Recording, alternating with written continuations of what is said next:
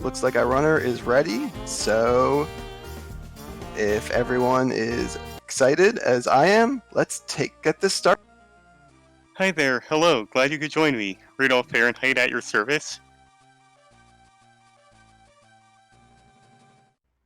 How you doing this morning, Rudolph? I'm ready to pretend to know what I'm doing. I think we're all ready to see you destroy this.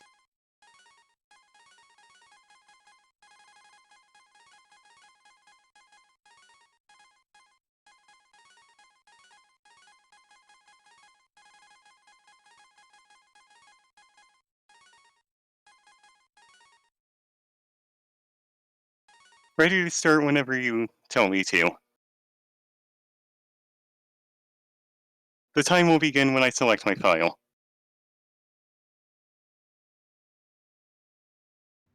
I'll give you a countdown then, assuming no Alright. one objects. All right, 3, 2, 1, go.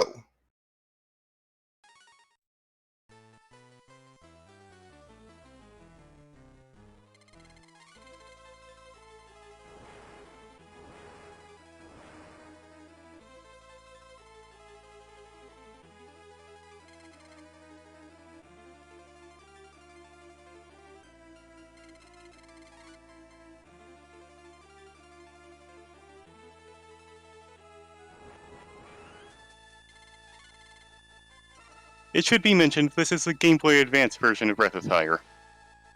This was originally released on Super Nintendo. You can also find the Super Nintendo version on the Switch Online service. If you have the subscription, you can play it there. Everything from here on out is just going to be a 5-minute cutscene. Well, if we got a 5-minute cutscene, would you mind if I give a little bit of information about Fastest Furs and the charity we're doing? Go for it. Thank you very much.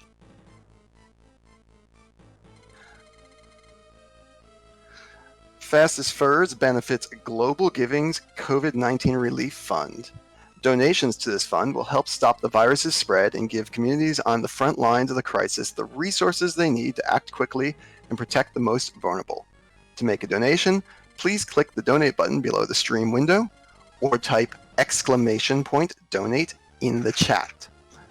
By the way, if I say ! wrong at any point, please yell at me. I'm having a lot of trouble with that word.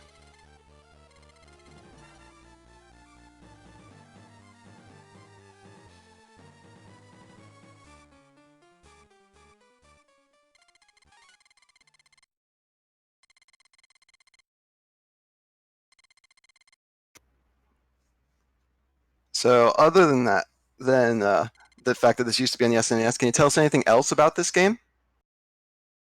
Well, let's see. It was actually made by Capcom, though the box art for the Super Nintendo version claimed it was by Squaresoft. All they handled was the translation. The translation was done by Ted Wilsey, who also did Final Fantasy VI and Chrono Trigger and Super Mario RPG. What else? The Game Boy Advance version has several features, like there's a dash button, which I've set to auto, so I'm always dashing unless I'm pressing the button. I'm advancing text just by holding the directional button. I'm pretty sure that's a Game Boy Advance specific thing.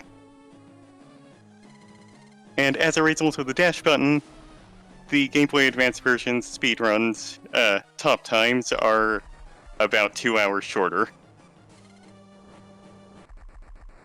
I've only practiced the Game Boy Advance version.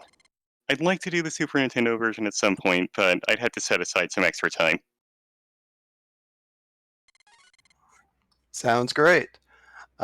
In noting that this is a Capcom game, we have already met the incentive that you put for the game, so I'm expecting that people will be excited to see, I believe it's Chun-Li later in the game. That's correct? Yes. And that comes around the 1 hour point, isn't that correct? I believe so. Slightly longer than 1 hour. Well, for anyone looking forward to that cutscene, please make sure to be here about 11 a.m. Eastern Time, or whatever that equates to in your time zone. I plan to show off both versions of that scene. There's actually two. Now that's exciting. Bonus content. There's not much of a difference, but I didn't know that difference was there, so I'll be interested to show that off. For anyone familiar with this game, just a heads up, I will be making a donation when this game is over, based on the number of times that Nina dies within the game. She is unfortunately the most vulnerable character, dies a lot, and I will be donating $5 per time she dies. So please, chat, keep me honest about the number of times. Does that include death warps? That does include death warps. So we need to buy 10 Marble 3s, 18 herbs, and then we come over here and we want to trade for a Dirk. Actually, no, we don't. Oh, that's a lot of money.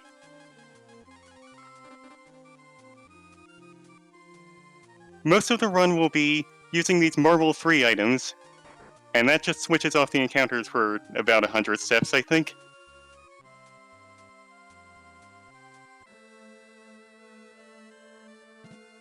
We'll be fighting almost no random encounters.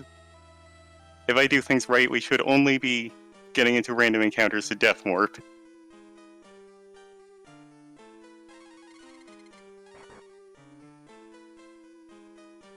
I don't know why that glitch works, by the way. The money glitch. Do we have enough time before the next boss for a donation? If it's a short one, sure. Okay, we have a donation from Vimbert for $200. Hey, Rudy, your favorite terrible person Chandra here. Best of luck in the run, and I'll be cheering you on in chat. Thank you very much, Chandra.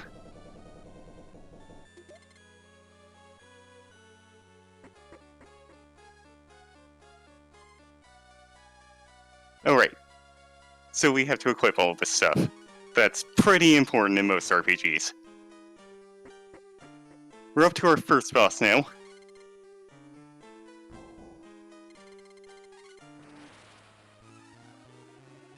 Immediately go into the back row. You'll deal more damage in the front row, but you'll also take more, and the difference is negligible. I mean, the damage bonus you get is negligible compared to the amount you receive. Also, we're moving much slower than this boss, so it helps you heal in advance.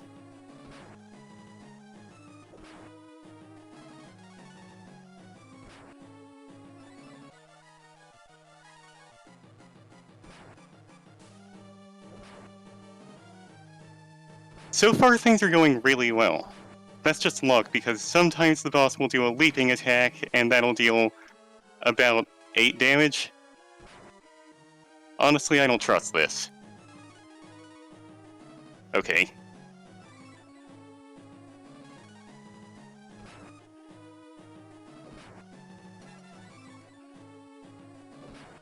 And the boss has started to heal. That's fine. Something to note about bosses in this game is that they get a second phase, usually. You can't see the health bar at their second phase. Thankfully, this boss has almost no health on phase 2.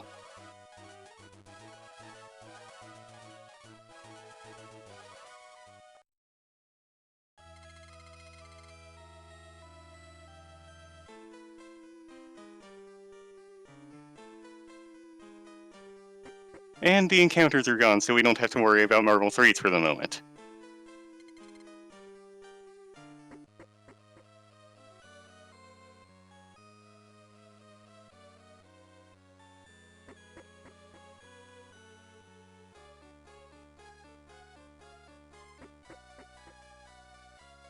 Don't suppose there's any more donations to read. Really was not expecting that much. No, but I can talk more about Fastest Furs if you'd like. If you want. Team Fastest Furs are a group of furry speedrunners dedicated to building a strong community and using our powers for good. Our community is welcoming and open to all, and we currently host 2 charity speedrun marathons per year. For more information, join us on our Discord by using the command !Discord in.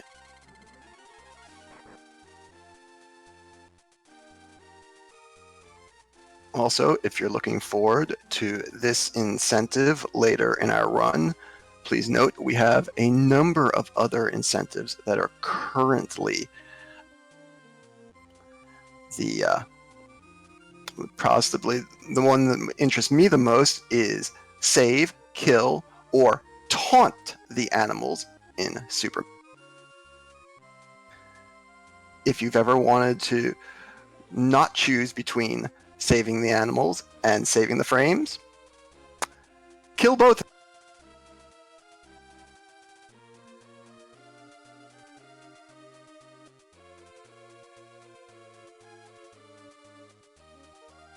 I just had to wait for night there so we could enter this town.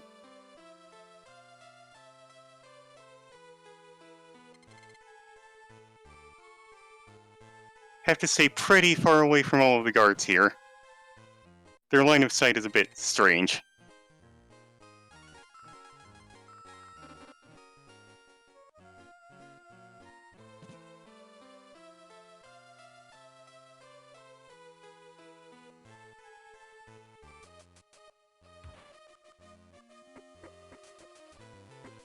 And it helps a lot to make sure we use this second Marvel 3, and that frees up an inventory slot.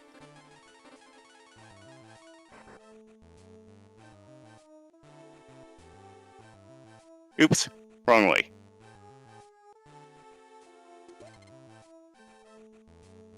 We need these stones. These are combat items that cast spells when used.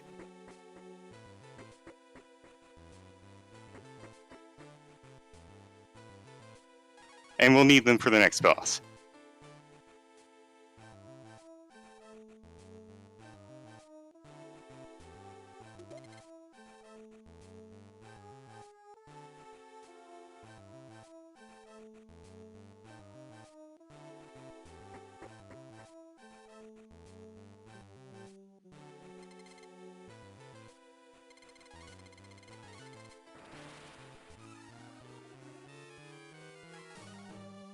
So, at any point, there it goes, this boss can just do 20 damage. That chance is higher on even-numbered turns. It's not 0 on odd-numbered turns, though. So it's entirely possible that this boss could just decide that I die. Oh no. I'm not supposed to let my health drop toward below 20. Okay, but we're fine.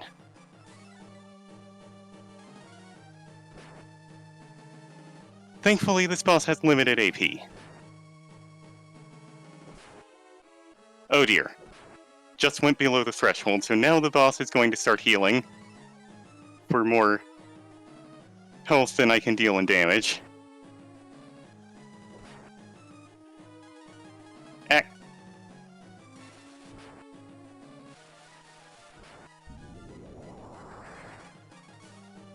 Okay, this is the fight I was scared of, but it looks like it's going fine.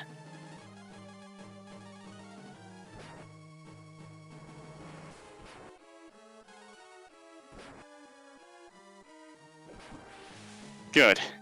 You know, I actually meant to save before that fight. I don't usually, but this is a marathon. I was prepared for things to go a lot worse.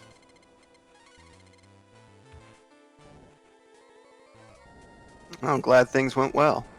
Do we have time for a donation? Sure. I have a donation from Moonblaze Wolf, who is trying to start a donation train. $2, $200 away from the goal. Let's start a donation train and get there before lunchtime.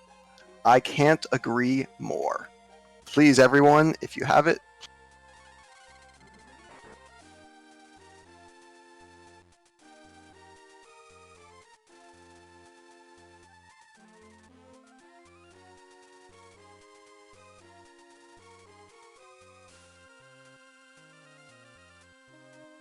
Alright, so it helps to use Marble 3s before they wear off, because otherwise a text message pops up telling you that it's wearing off. And that just takes a second, but we'll be doing this a lot.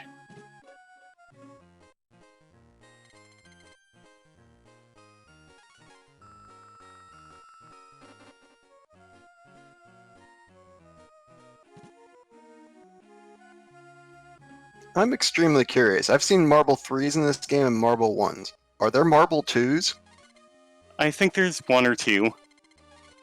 I'm not sure what the difference is between Marble 1 and Marble 2, other than that apparently Marble 2 doesn't work for the dragon forms.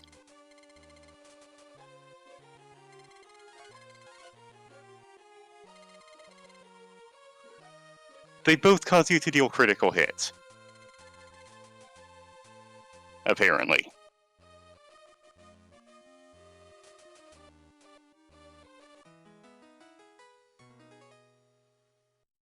And now we get control of Nina.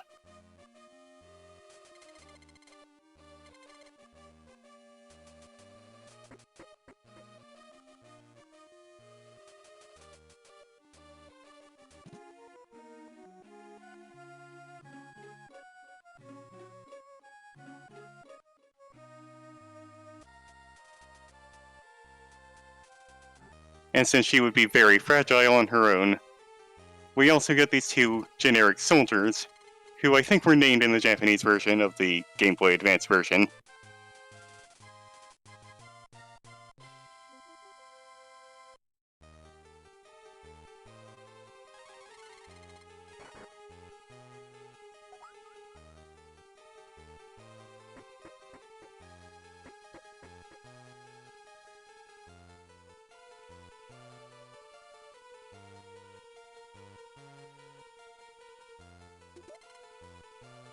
We need that iron ore. That'll be needed to make the saw later. There's that message.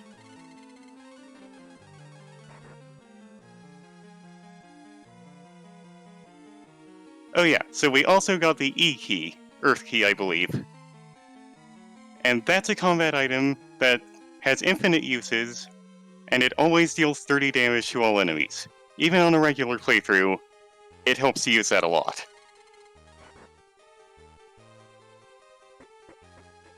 It's kind of like the runes in the 7th Saga.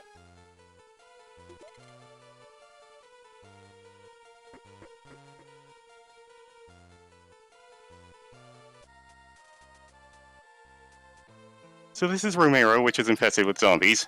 Moving on.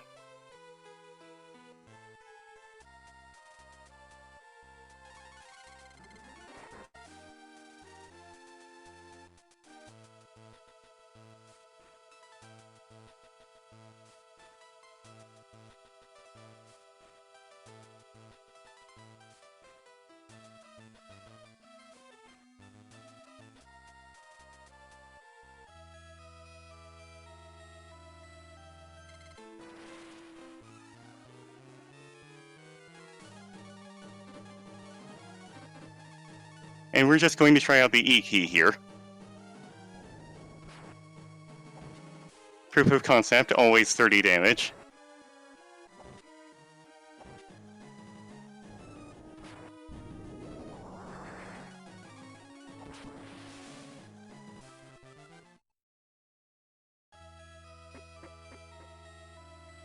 Didn't mean for that to wear off.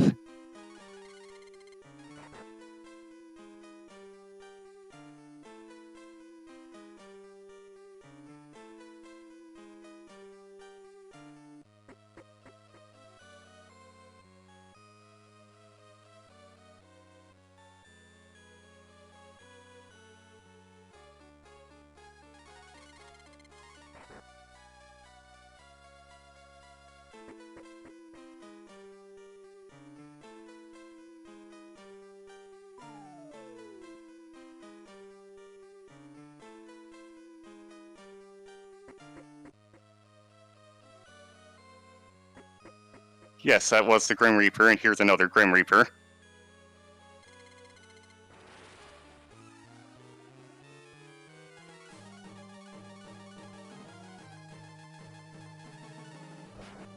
It would actually help a little if either Nina or Soldier 1 went down in this fight. It would help prepare for the next hopeless boss fight. Oh dear. Well, there's one.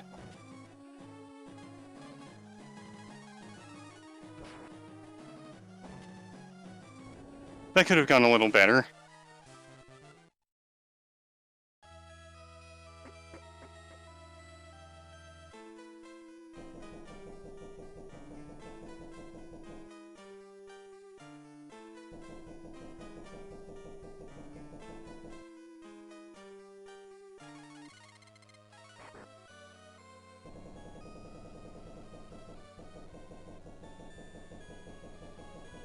I would like it if Nina is alive for most of the boss fights, up to a certain point, because she needs to reach level 13 so she can learn Warp.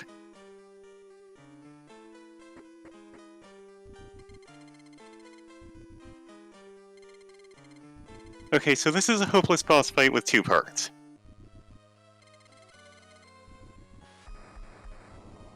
Since Nina is unconscious, the second part will go by quickly. For the first part, we just need to run away.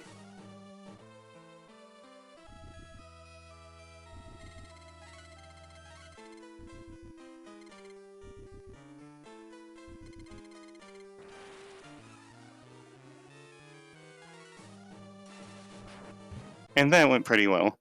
Sometimes the wizard will just cast Fortify and boost its defense.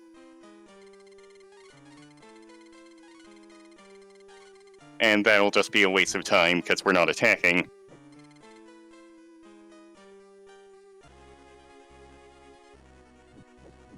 This would be a good place to read donations, I think. That's great. We have one from Oasis for $5. Choo choo! Keep that train rolling, folks. There's no getting off of this train we're on. I hope not. Speaking of donations, just want to update people on the various incentives we have going here. We've already talked about the Super Metroid, Fate of the Animals, where Kill is currently leading at $200. We also have a Ring Fit Adventure language bid war, Japanese at $100 and English at $30. We have a Final Fantasy IV Free Enterprise Twin Harp song, the Kirby game at $166, and Mario game at $5.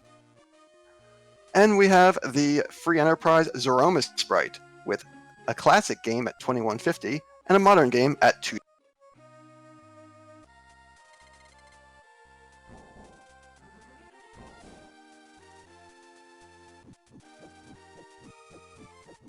And it looks like our hero is coming back into the game. Yep.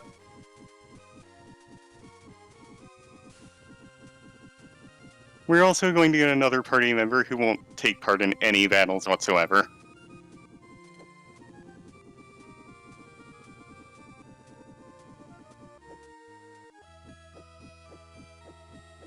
Which is a shame because I think he looks the coolest.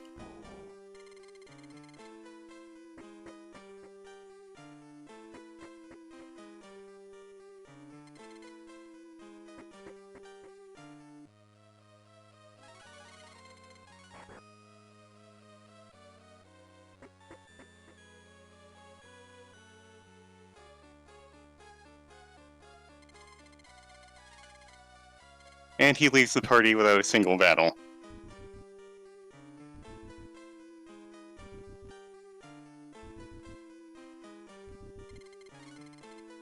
So, some chests are trapped, but some of those traps actually help. And we just got the foil, which was called the Ring in the Super Nintendo version. And that's a boomerang. But we're not going to equip it yet because we're just going to use the E key. I hope this boss did not cooperate. So, it's worth noting that bosses have... I didn't know this until recently, but you get bonus experience for defeating a boss or winning a battle quickly enough. Okay, I guess I didn't need to heal. And if you don't need to stop and heal, the experience will carry you all the way to level 10.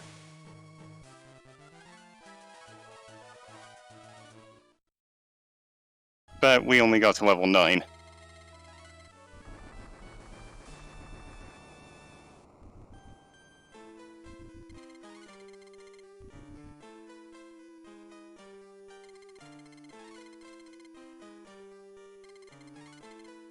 Soldier 3 is going to do some loop-de-loops on the way back to Winland, so if there's anything else to read.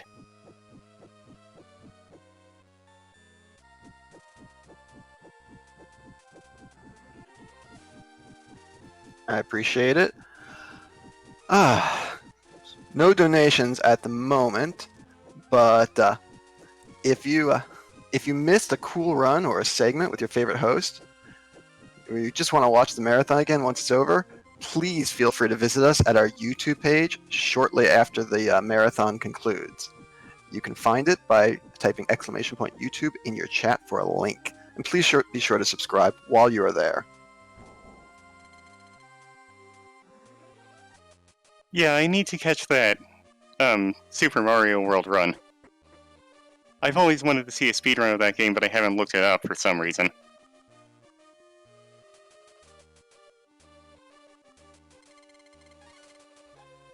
I'll have to watch it too. I didn't get a chance to yesterday.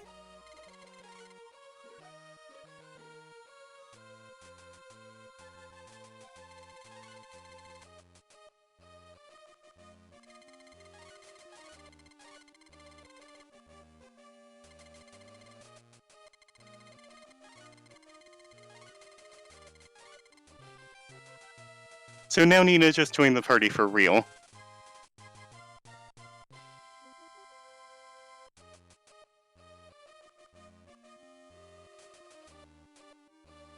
And she is primarily a healer. Healing magic is actually really good because it gets priority. It always goes first. The same can't be said for healing items, so keep that in mind.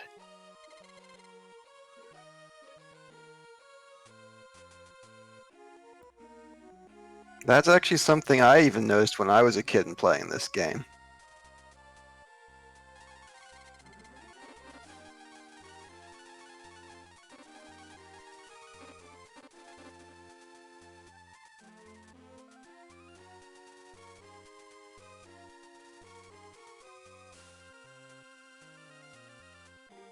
We now arrive at Tantar, which is populated by wolves.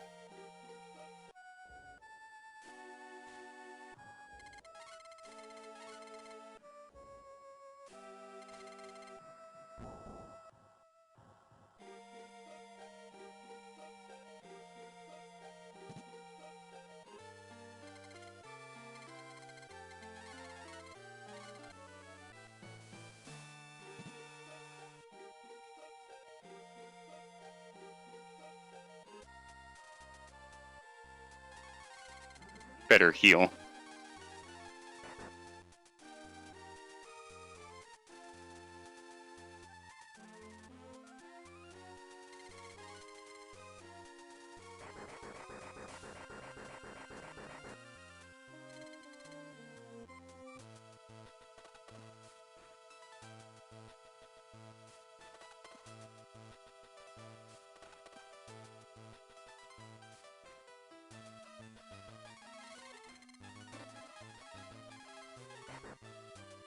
If it seems like I'm deliberately trying to step on the skulls, that's because I like the sound it makes.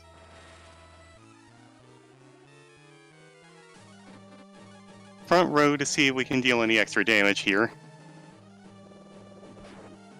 Didn't reach level 10, so I wasn't expecting a whole lot there.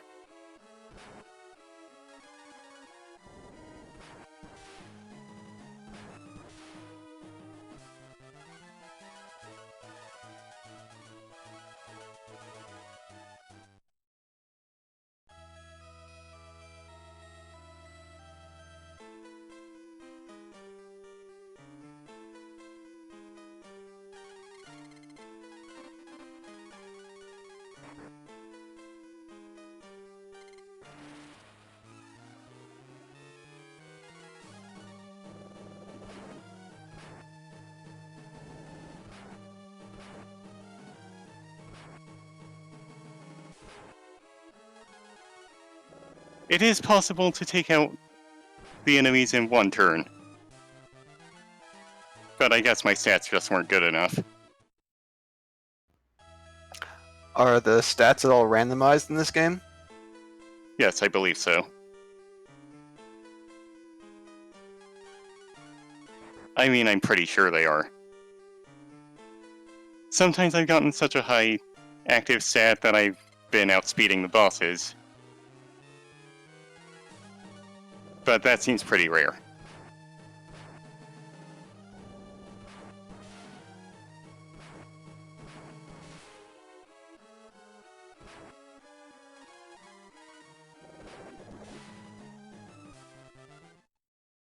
So here's a skip, of sorts. We've just rescued the chief, and he says he wants to take us to the weapons so we can steal them, but we refuse 3 times, and we've just skipped a boss battle.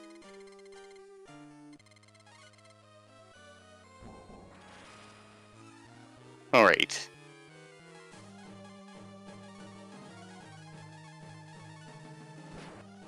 We're now joined by Bo, who...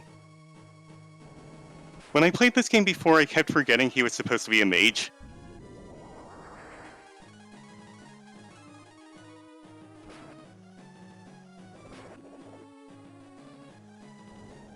He's kind of a red mage sort of character. Physical attacks and magic. Both healing and attack magic.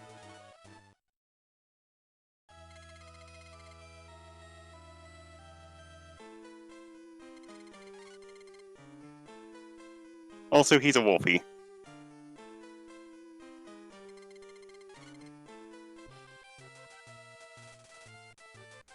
We do love our wolves here.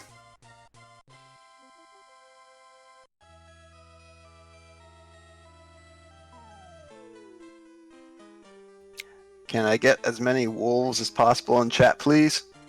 Speaking of which, we just got the wolf hat.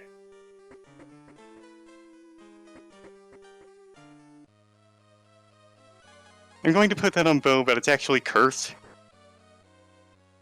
A lot of people don't seem to know about this, but...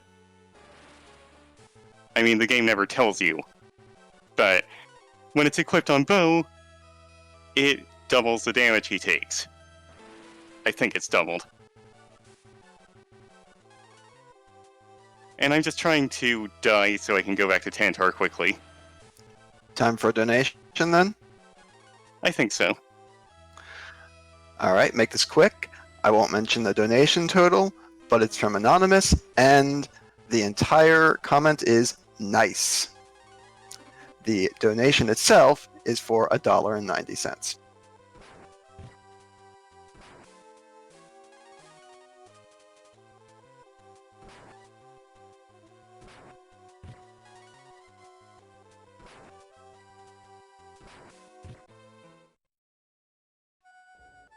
So when your party is wiped out in this game, you lose a chunk of your money, about a fourth, from what it looks like.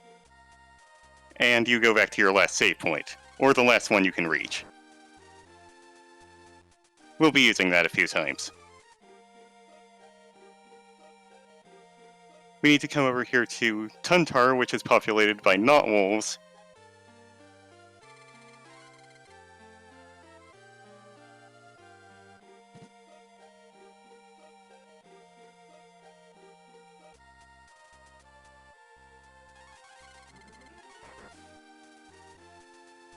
Another thing about this game. Whoever's in the lead, they get a different map ability. Bo, for example, can walk through forests.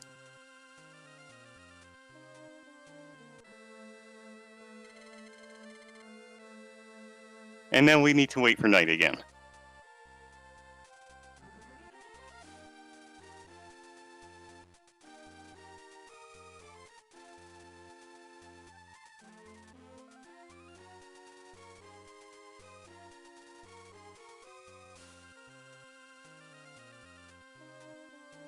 We eventually get an item that just makes it night, but by that time we only need to do this one more time.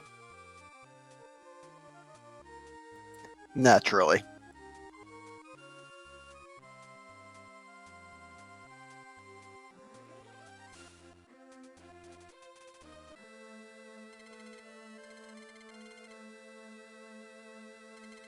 So as I said before, there are zombies here. And we need to get rid of them so that we can get the tablet, which will allow us to enter Agua. And to do that, we need the water jar, which is presently empty. What do you call a water jar that doesn't have any water? The answer is a jar. We've obtained the jar. Oh. Didn't mean to do that. Whatever. I should have just told the other two to defend. Anyway. Forgot my Marble 3 had worn off.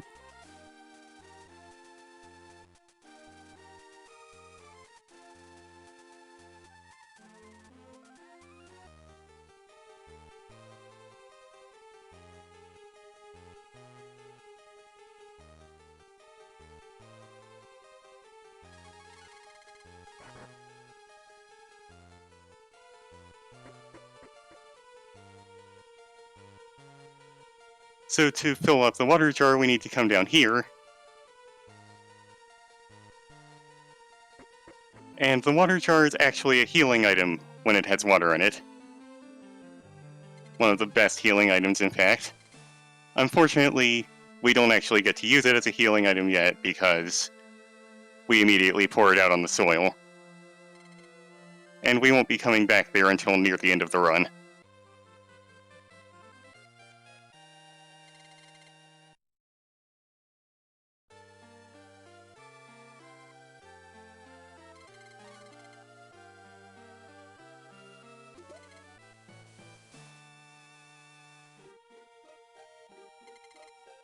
Now we can go to Agua.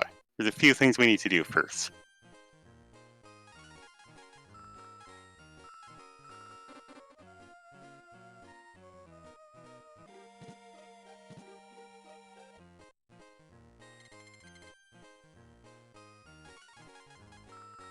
There's not a whole lot of point in bothering with herbs anymore, so we can just buy cures, which are better.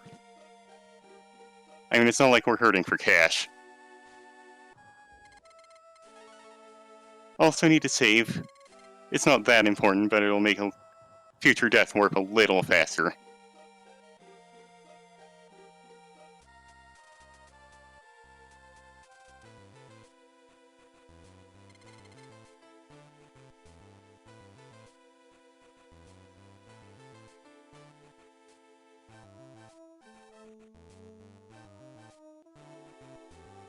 We'll be coming back here a couple times.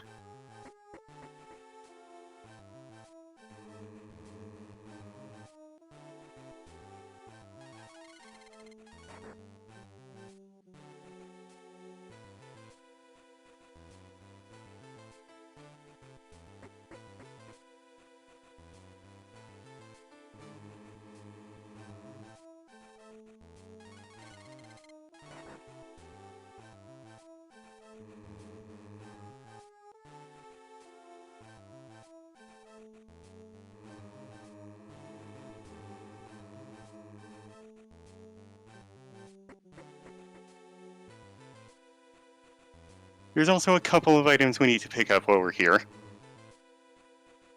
One of them is the bracelet that's in this chest.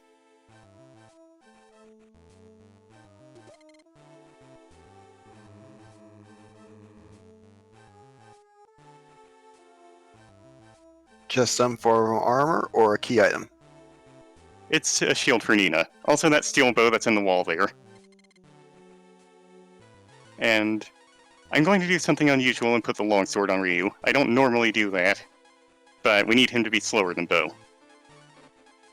Also, chainmail. Straw hat. Bow needs to be fast.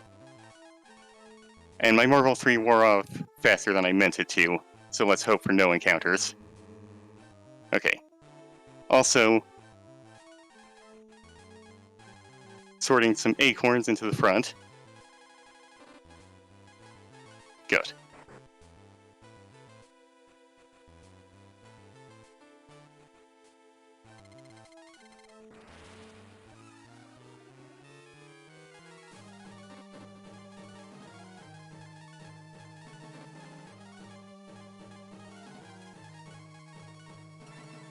So we want Ryu to be slower than Bo, because that way we can have Bo start each turn with full AP.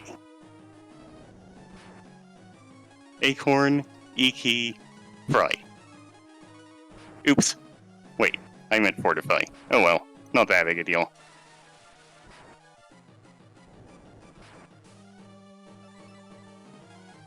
E-Key, Fortify, Fry. And this is pretty much how it goes. Nina will be fine, she can heal.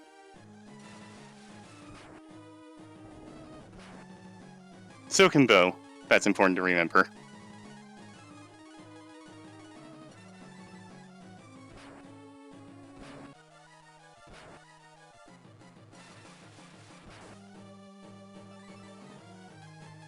Let's see. E-Key. Cura 1. Cura 1. I messed up that fight a little, but not hugely.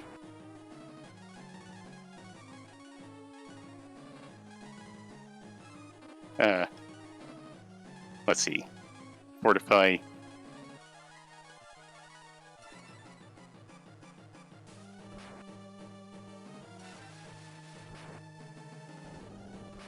Good.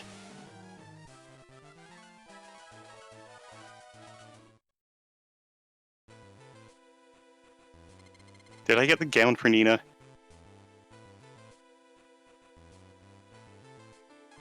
Yes. I meant to put that on her. So the gown provides better defense than the Silk gown, but it's cheaper. Why is that? Because it's another curse item. When Nina is in the front, she has about a 16 times higher chance of encountering random enemies. And that's what I'm using to Death Warp here. This could be going a little faster.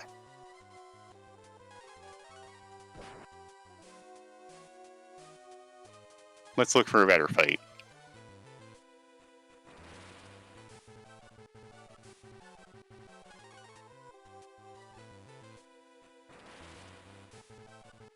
This'll do.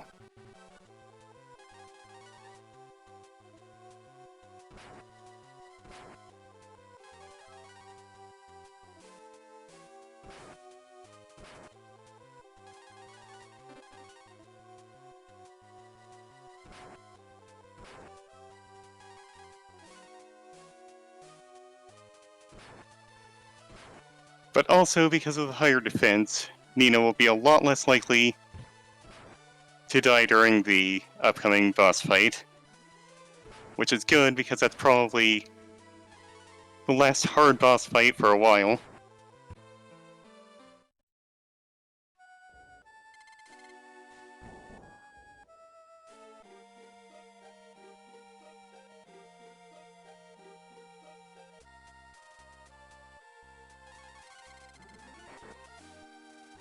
And since we saved at Romero, we have a faster route to the stone robot.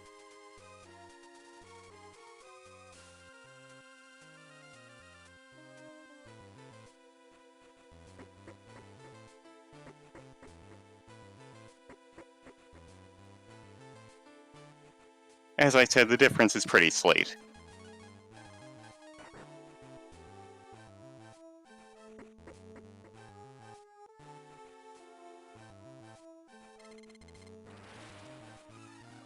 Oh, I forgot to put on the boomerang again. Whoops.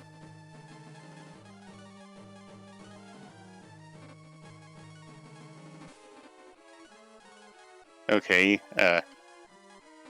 E-Key, Fry. The boomerang would have really helped here.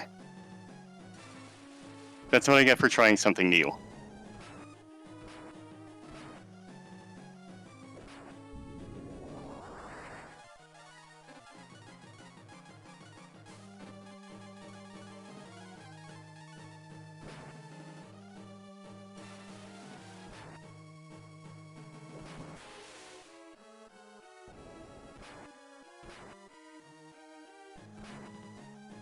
Sorry, I guess I'm a little scatterbrained.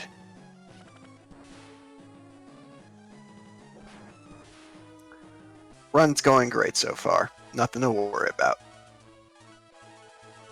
Yeah. And now that the stone robot is active, the encounters are gone. So we don't need to worry about Marble 3s.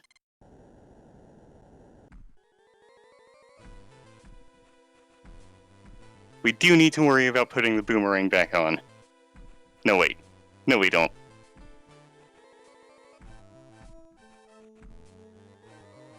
In fact, it might be better without it.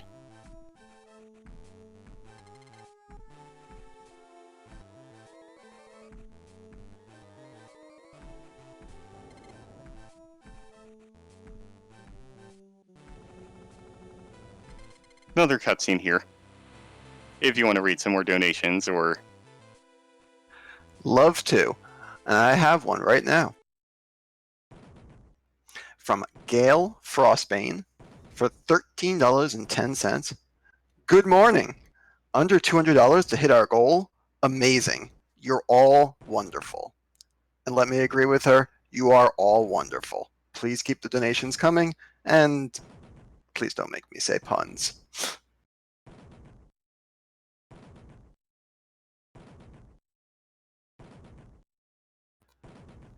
So, can you tell us about why there's almost nothing on the screen right now? budget cut, I guess. We're seeing through the eyes of the stone robot, which means we don't see the stone robot itself.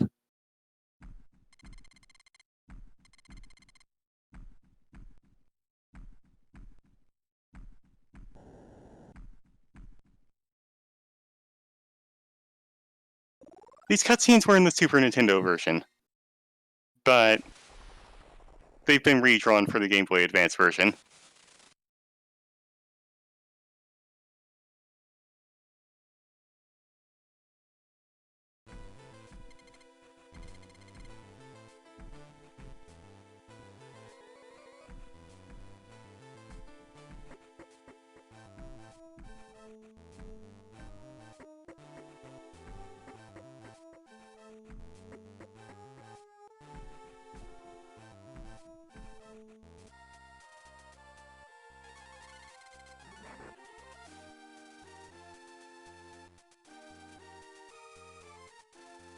Now we need to come back here and get a mandatory side quest to pick up the ring. And the key so we can enter the cave. The ring is just this... Oh, sorry, go ahead. No, come finish. The ring is just a symbol of Tantar and Tuntar and has very little to do with the plot, but the Dark Dragons wanted it. When equipped, it increases your attack by 10. That's it. Very cool. I have a question for you from chat from Lexi Deer. The question is, which version is more up-to-date graphically? It's hard to say. I think the Game Boy Advance version looks a little cleaner. Like, in that scene with the stone robot just now, there was no background in the Super Nintendo version. But I think the sprite also had more detail to it.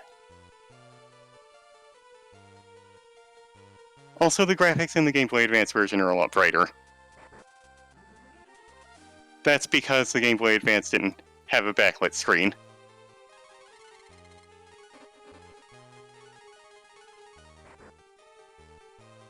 So, you would have to make the graphics really bright just to be able to see what was going on.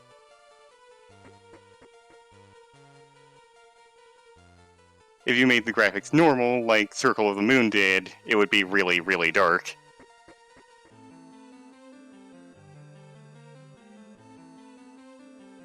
Castlevania Circle of the Moon is what I was referencing there.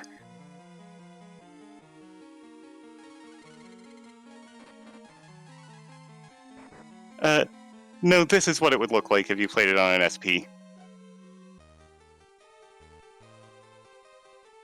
I think it's pretty normal. It's just very, very bright.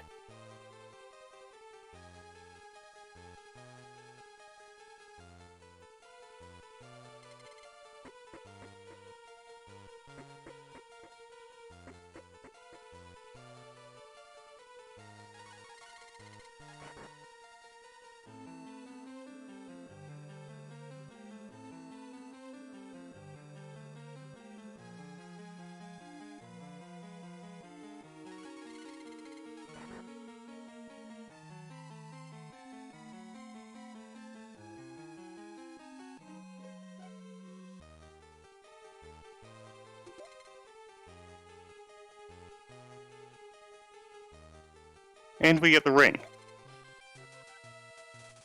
And the fanfare that we normally get when a party member joins. So I guess we have 4 characters now? One ring to rule us all. Yeah. By the way, there's no encounters in this cave, so I don't have to worry about Marvel 3.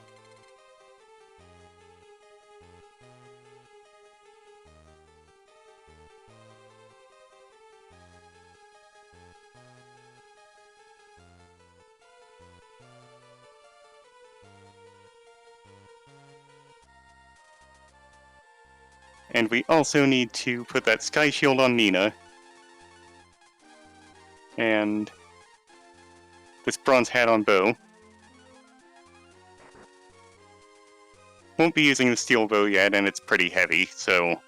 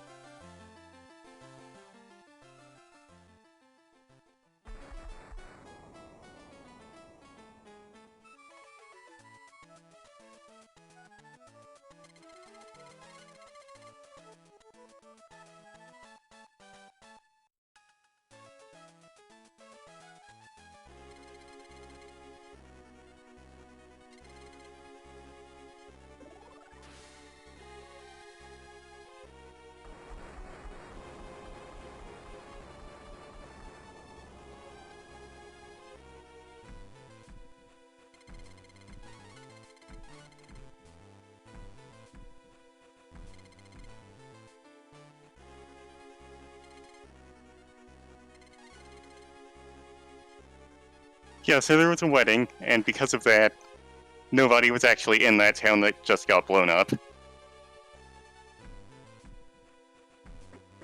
And yes, this RPG has a lot more furry characters than most RPGs, and it's kind of something I wish more fantasy RPGs would do. Wrongly.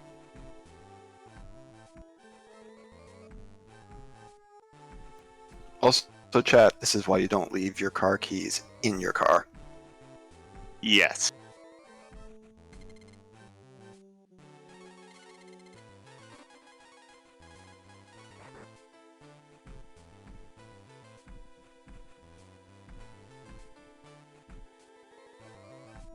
Okay, now for the next boss battle that's actually pretty hard.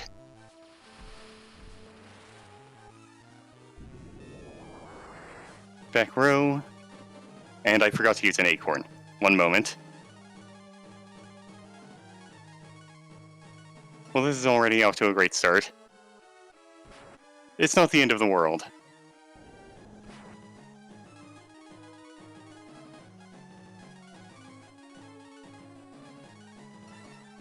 We'll mostly be doing the same thing we did for the Wisp.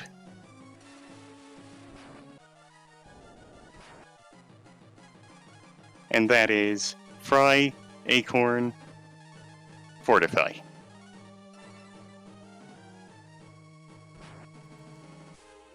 I missed it. Does Nina have at least 50 max hit points? Yes. She has 51.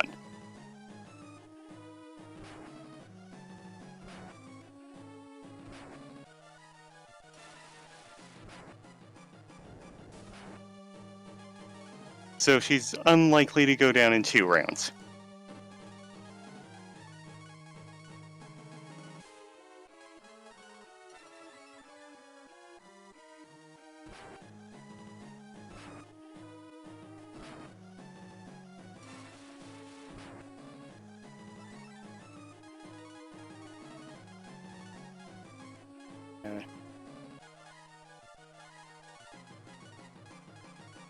Need to heal now.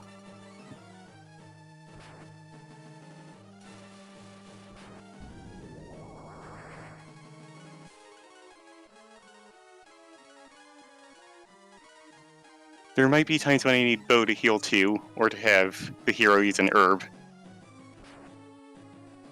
Right.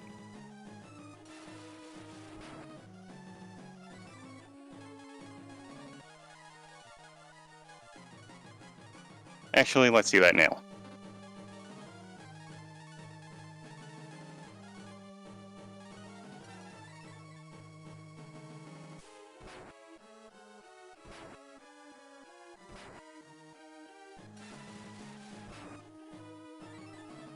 Good.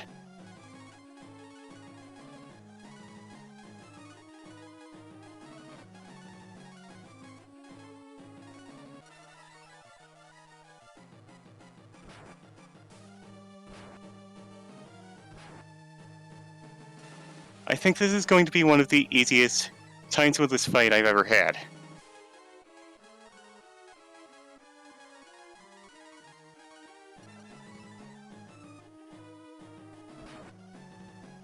Well, sometimes marathon luck works in your favor. I hope so. I haven't been keeping count of how much health the boss has left. Once Phase 2 starts, this gets annoying. Did I...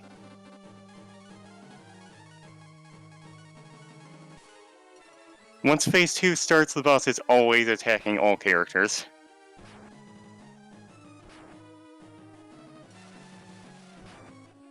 I think this is where I use Kuro 1.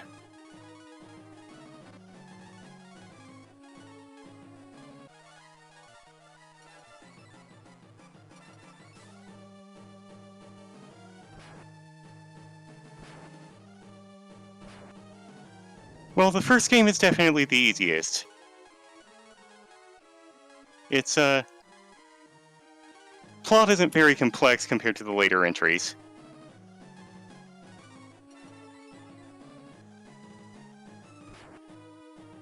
I feel like the second game has my favorite plot. Even if a lot of other RPGs may have copied it since.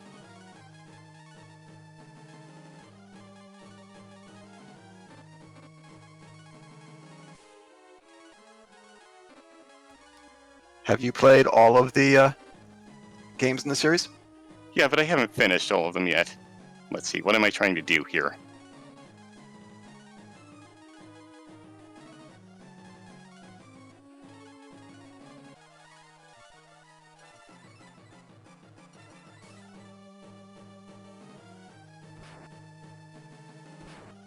I will say Dragon Quarter is nothing like any of the previous entries.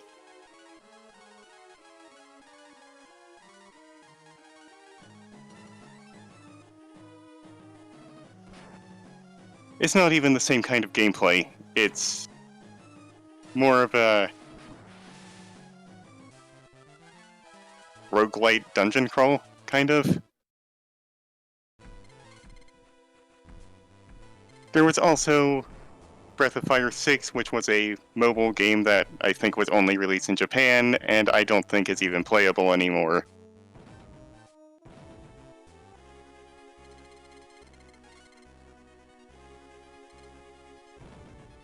So I don't really know much about that one.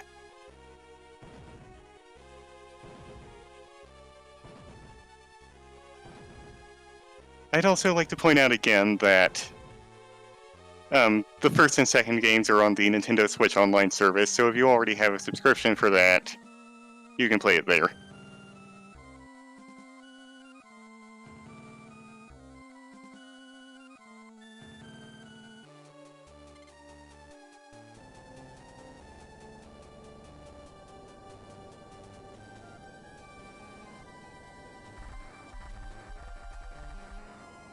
And the robot just jumped into a volcano, and I really hope we got the key out of that.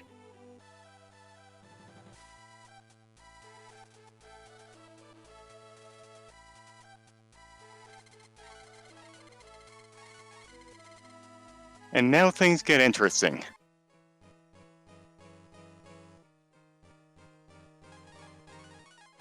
Oh, while we're at it.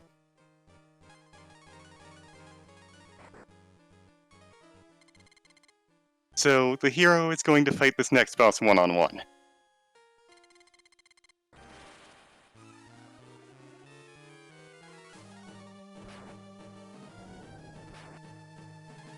We're going to need to watch our health and heal in advance because of the boss criticals.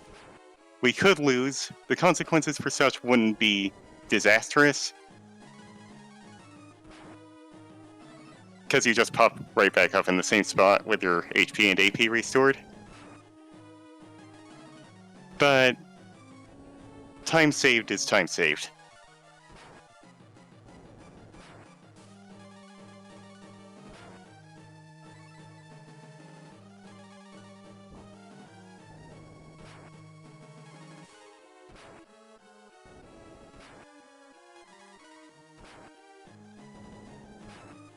The E key is going to become a little obsolete after this.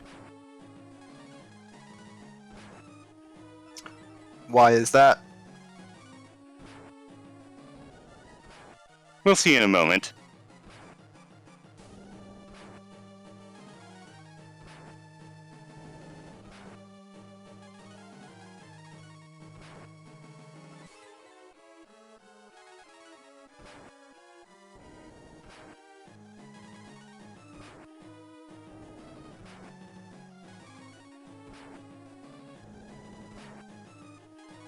Just one more herb.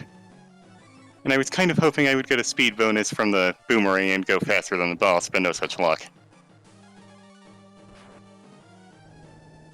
So the boss is defeated, and now we get a new ability, which is the main gimmick of this series, and that's that the hero can transform into a dragon. That does something different in every game.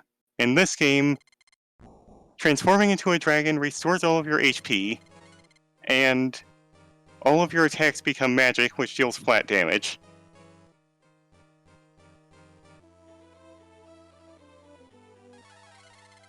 And it's definitely more than 30, and that's why we don't really need to use the E key anymore.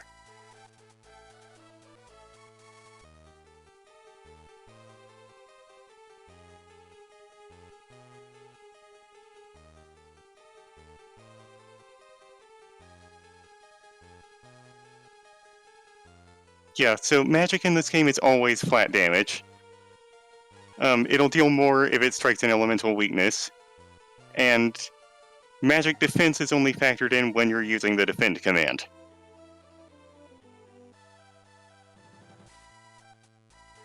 We now arrive at Aurea, and promptly get arrested because I guess when you make your city out of gold you start attracting those Carmen Sandiego types. And really, what kind of JRPG would it be if you didn't get arrested at least once? Right?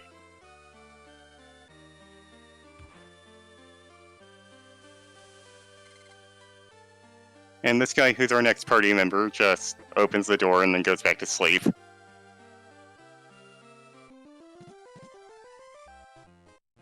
And now we get an even better item. Marvel Wands, which... oh, right. Not going to need that, or that, or that. Or that, or that, or that. I would run out of inventory space if I didn't do this.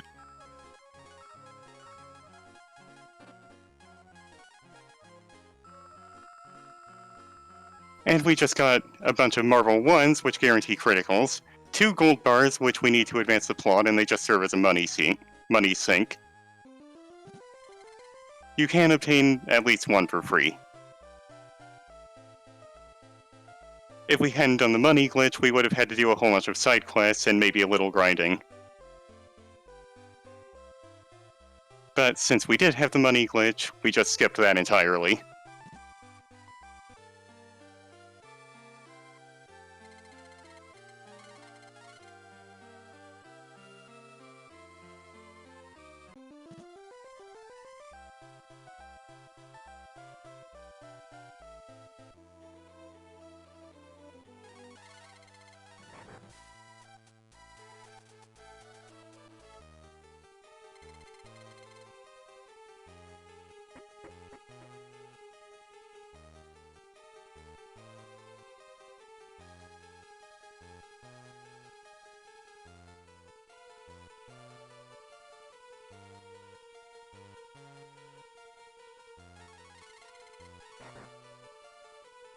Now we're heading to Bleak, where it's always night.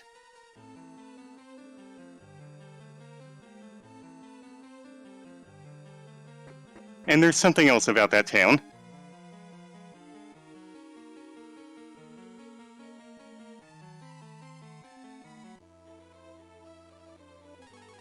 And since we met the donation incentive, I'll be showing that off.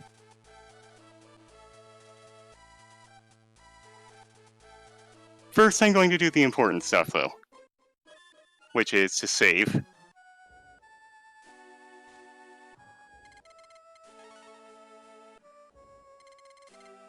And to obtain the icicle so we can go into the desert. So the thing about this town is that it's full of thieves. Pretty much everyone here will try to rip you off.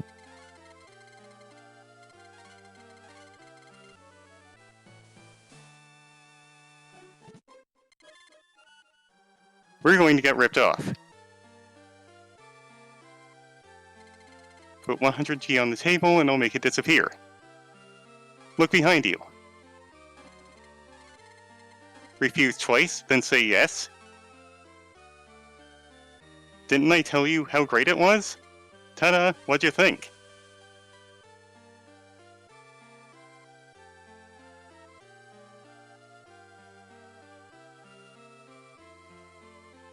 There's actually a little more here.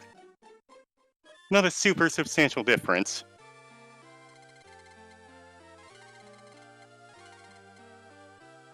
We need to say no 24 times. 4, 5, 6, 7, 8, 9, 10, 11, 12, 13, 14, 15, 16, 17, 18, 19, 20, 21, 22, 23, 24, and say yes on the 25th. Alternate colors. Didn't I tell you how great it was? Ta-da, what'd you think?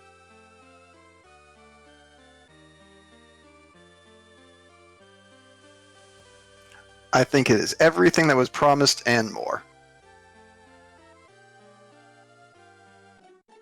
Yeah, I didn't actually know about that second color scheme. Not until very recently, after I had submitted the run, in fact.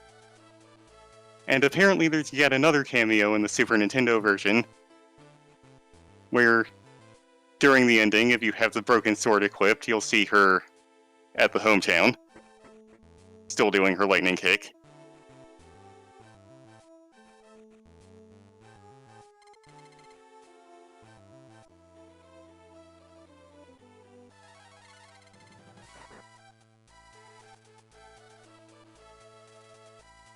Unfortunately, that was removed in the Game Boy Advance version, so I won't be showing that off.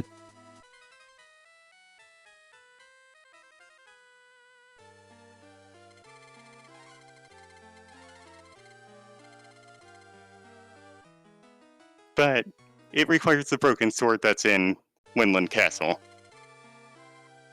You have to revisit it with a character who can open doors.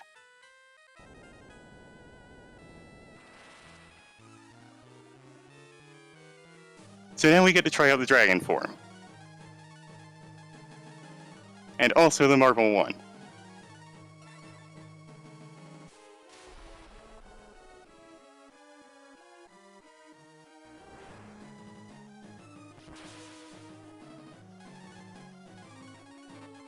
Actually, do I need Nina for this?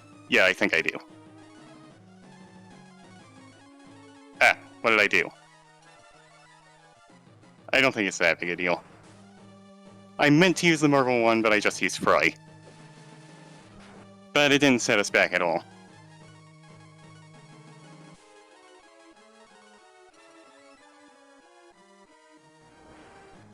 Stop going after Nina. Or do, since every Nina death is a donation.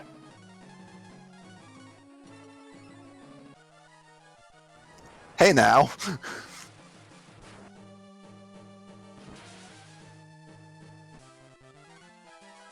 But I'd like Nina alive for most of these boss fights because she still hasn't learned Warp.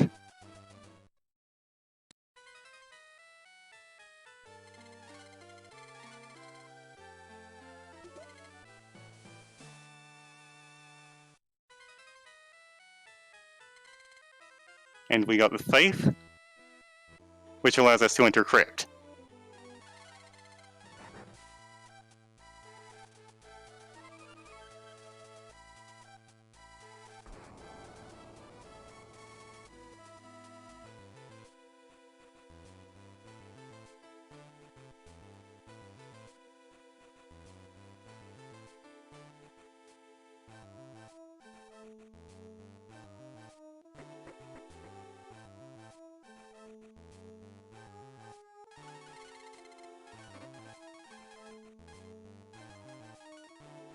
Let's also put Marvel ones in the first few slots.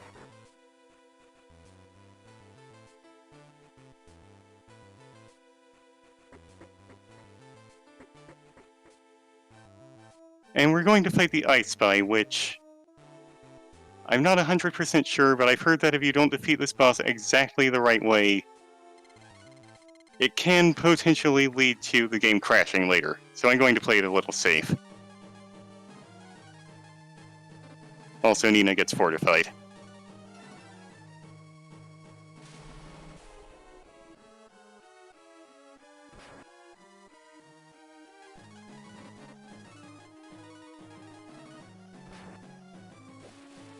We'll just attack with dragon attacks because that's fixed damage.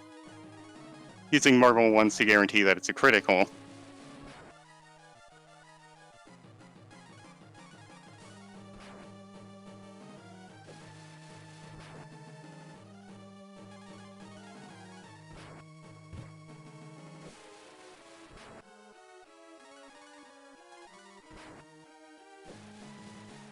Okay.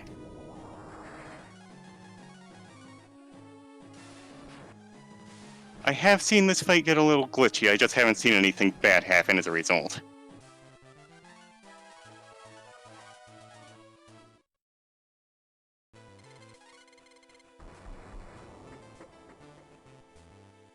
Icy helmet.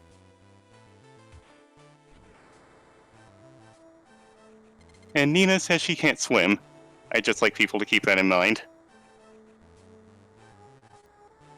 Got a moment for a donation? Sure. Well, we just hit $2,500 due to a donation from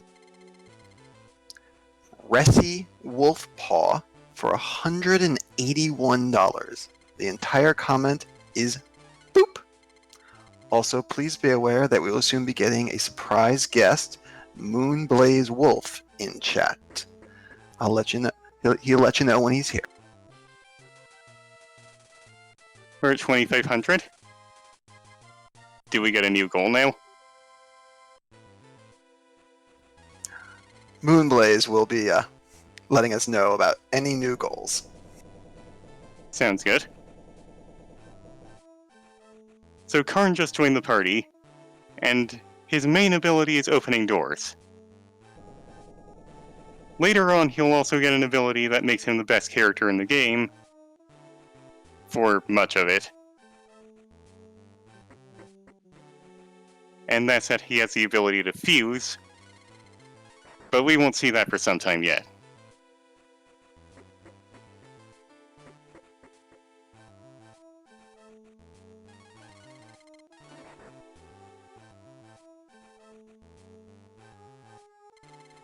This would also be a good time to read some donations because there's 8 caskets here, and the book is always in the last one.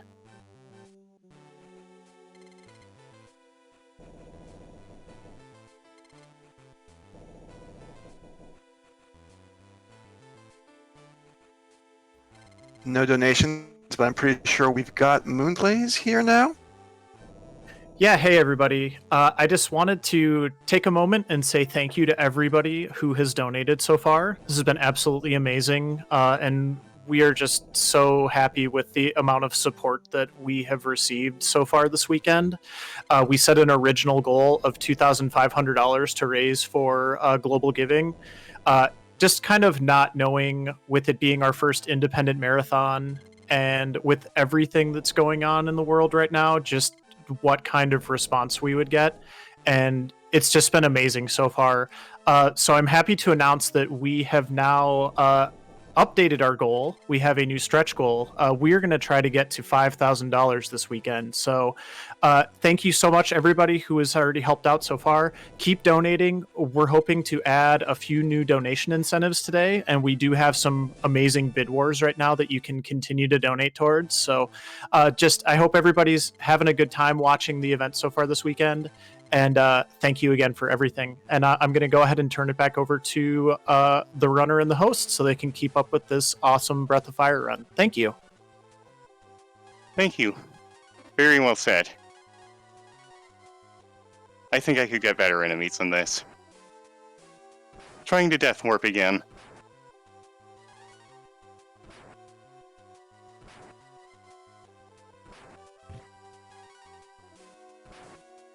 There's an enemy here called the G Slime, or Gold Slime, which can cast Chill, which, since it's magic, always deals flat damage, and kind of a lot of it.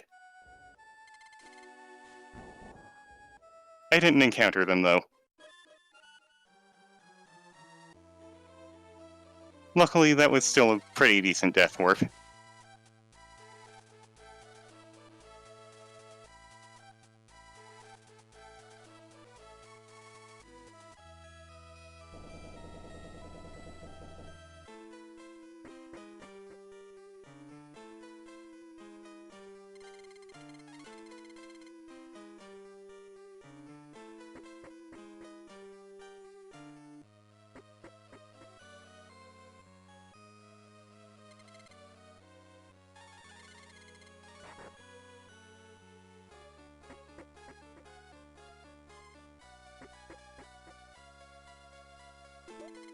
There's a life 2 in that chest. That could potentially help. It completely restores one character.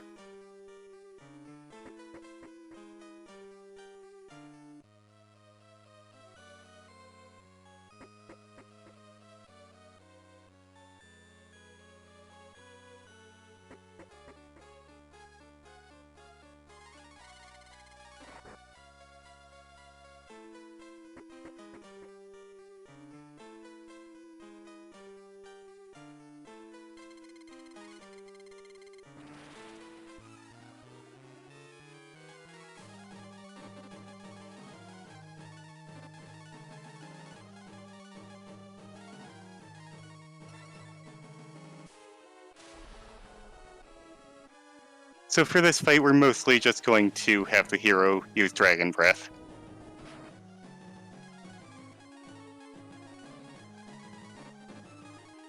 Also, the other two will go in the front row. Not that it matters, because I think this boss only uses magic.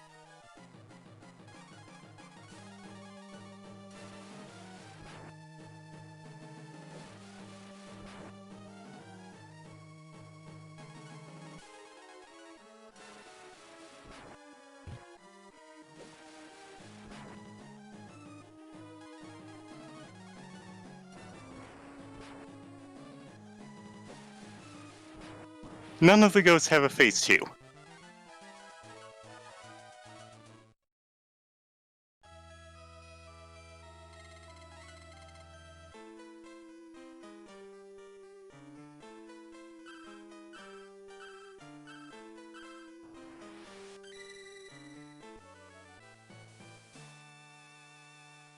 And we just got the Darkness Key, which was what was making it night and bleak. And we can also use that to make it night whenever we want, but we only need to do that one more time.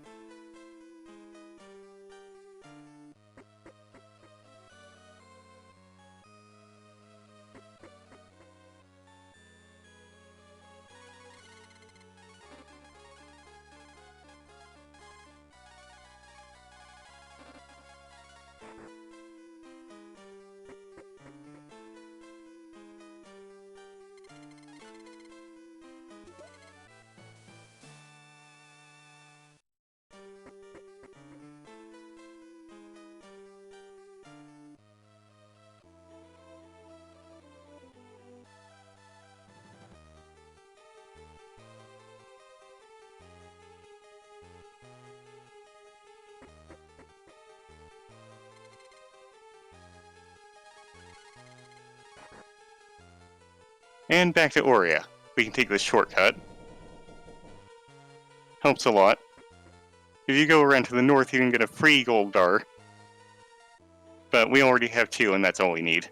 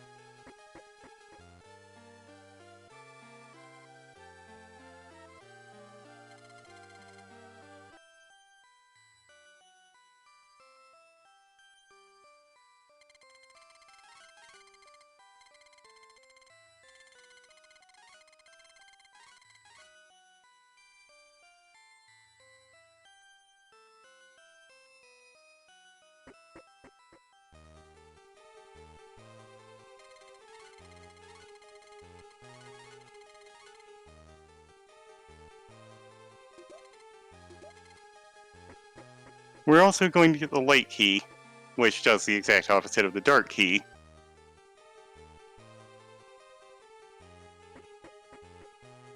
But we're not going to use that at all during this run.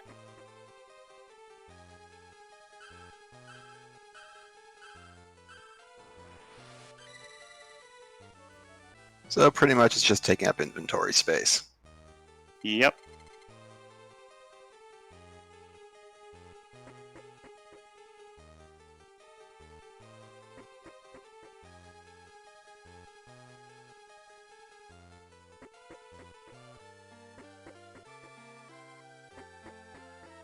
Also gotta equip the stuff we picked up here. Because there's a boss fight coming up. Metal shield. Icy helmet. Dart. And how about that gauntlet? And the horn hat.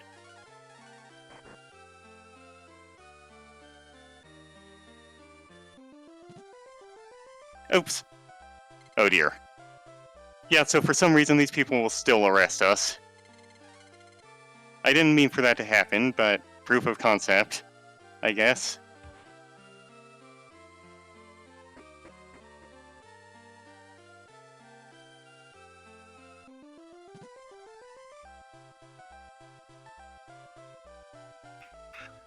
Marathon luck at its finest. Not even luck, really.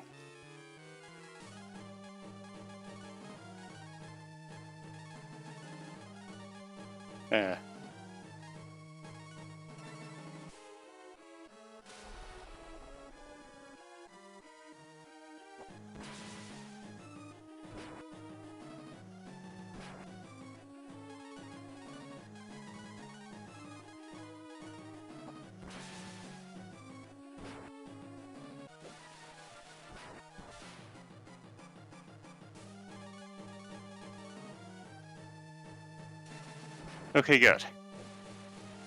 We'll be needing to do yet another death warp, if you can call it a warp.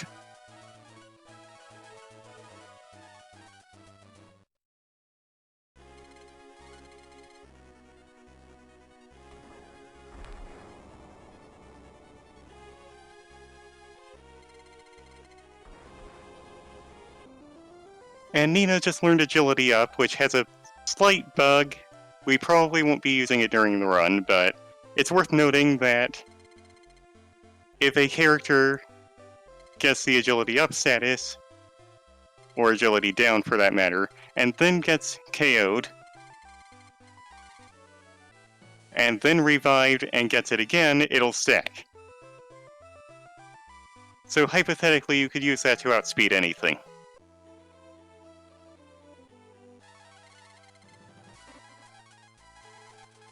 Anyway, so the boat got blown up, but we just traded one of our gold bars, our second one, to that fish merchant. I mean, he's a merchant who is a fish, not a merchant who sells fish. And he gave us gunpowder so we can reach the enemy base and steal one of their boats.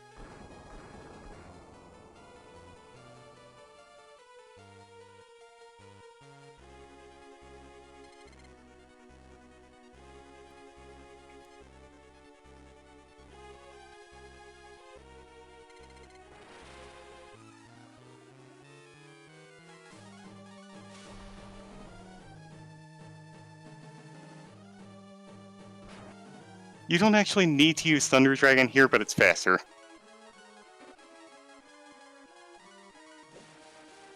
It does use more AP though, so be mindful of that.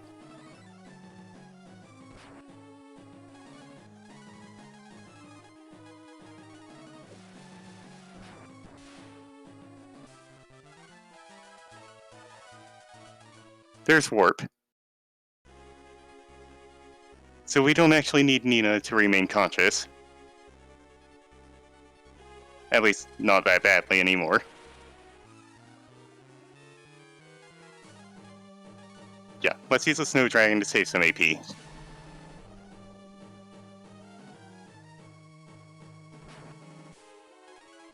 haven't talked about that before. There's 3 types of dragons. What are their main differences? Mostly the amount of base damage, the AP they cost, and the element of damage they deal.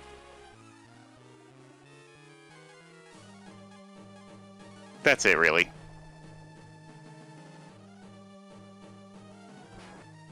Most of these enemies don't have weaknesses, so we've just been using the Thunder Dragon because it's stronger and a little faster.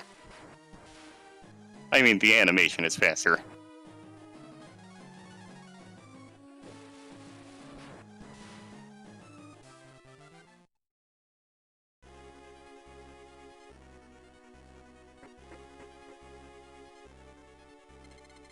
So now the Dark Dragon Knight is going to turn into his dragon form.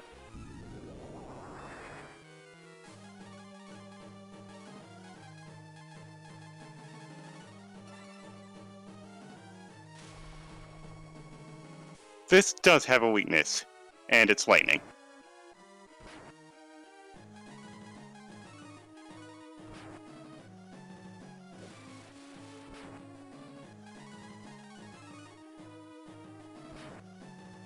That's another Nina death, that's fine.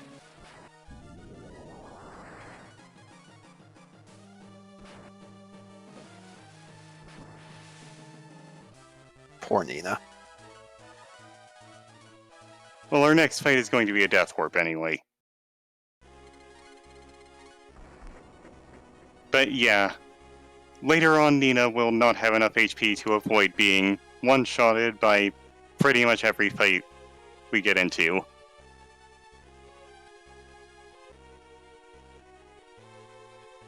And that's a shame because she has magic that I really need.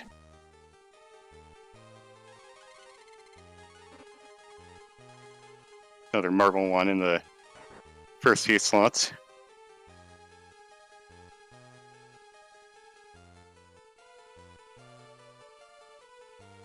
Anyway, now they make us walk all the way back to Aurea for some reason.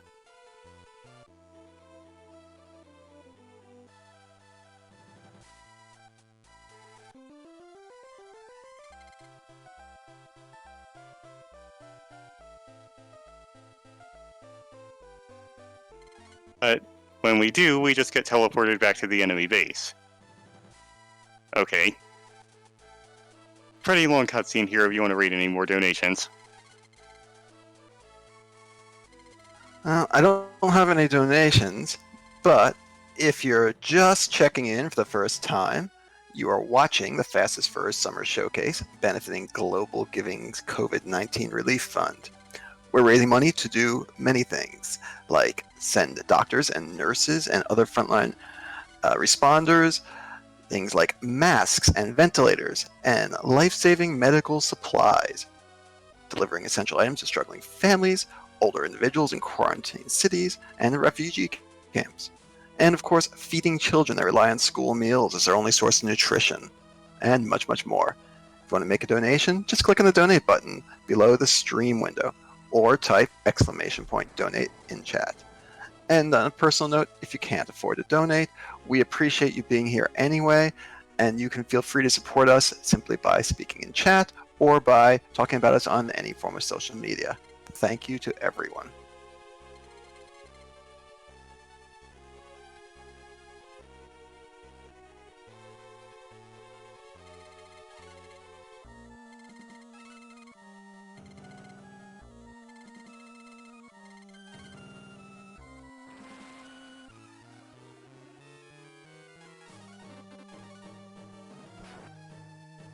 So we're just going to lose this fight.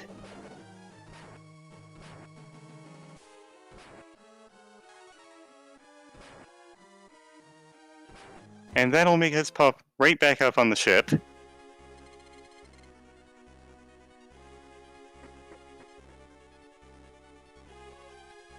So we don't have to sit through that cutscene again, or warp back to Bleak, which is the last place we saved, or anything like that.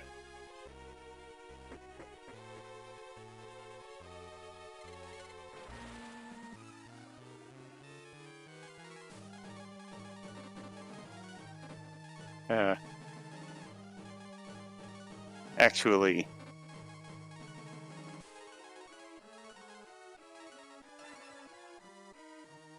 just to make this go a little faster...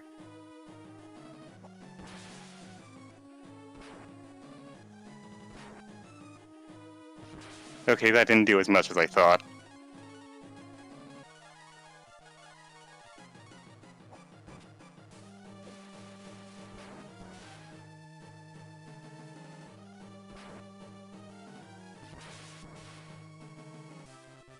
Out of curiosity, how much damage do you add when you do a critical hit versus a normal hit? I'm not exactly sure. It looks like twice as much, if the dragon forms are anything to go by.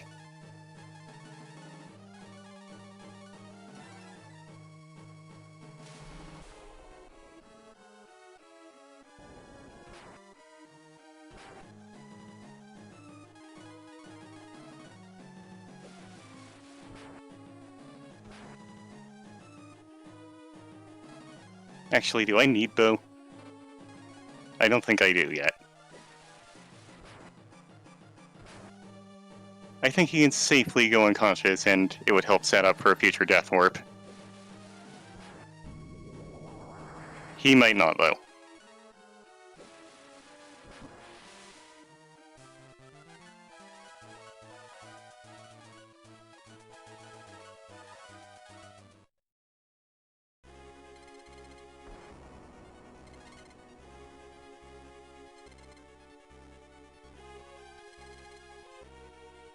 So we defeated the other Dark Dragon General's brother, and he just lit fire to all of the cannonballs.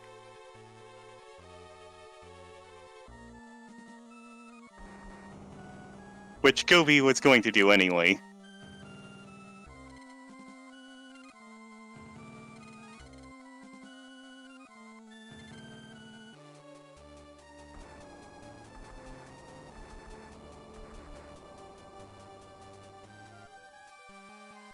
Now, remember, Nina can't swim.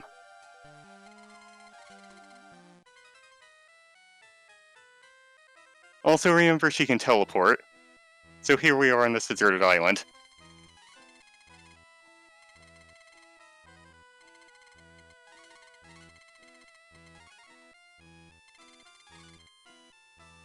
And Gobi just sold us the gills for more money than we can ever carry. And since we can't carry that much, he just loaned them to us. But he has to go get them first. He's such a nice fish, man.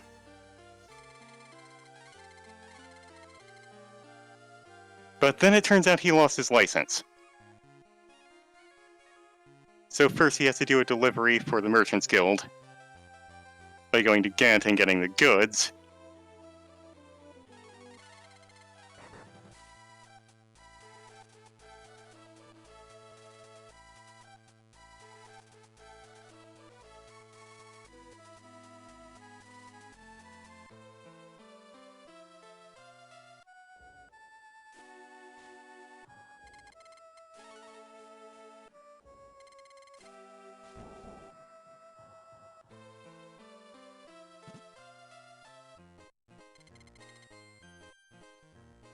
And while we're here, we're also going to get the Spine Hammer and Iron Hat for a character who hasn't joined yet.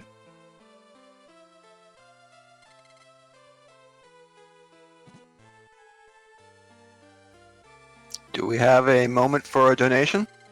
Yes. Great. I have a $129 donation from Albaz the Blue. The comment is, "Thank you all for the work you're doing. You are all awesome. Save the animals in Super Metroid." And that makes it so that Save the Animals is now 10 cents above Kill the Animals. $200.10 to $200. And Taunt the Animals is at $10.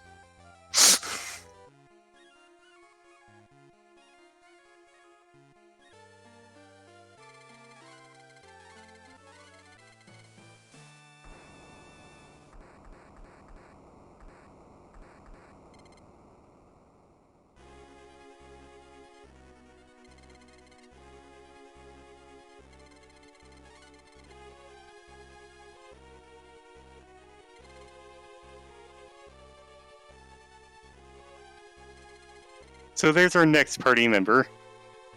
And we need to save his life by literally fighting death. Also, there's that secret tight helmet there. That's a helmet that has the ability to protect against instant death attacks. Supposedly, I've seen it not work. But I picked it up just to be safe. I feel like you fight death a lot in this game. Yeah, 3 times.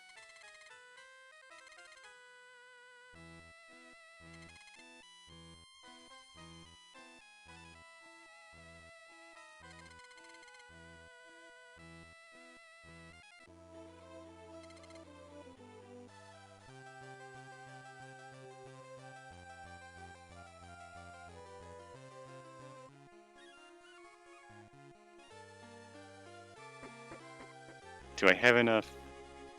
Yes, I'm ready.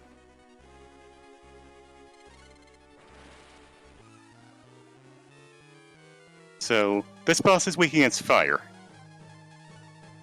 And also, we're going to boost Karn's attack and have him attack with Marble 1 3 times. Oh dear. I think I would still prefer if Nina could survive this.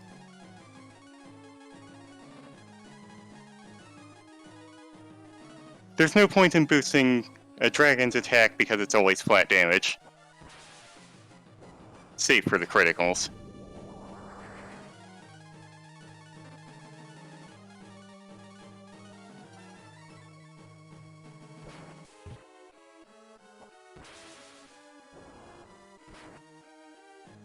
One more ought to do it.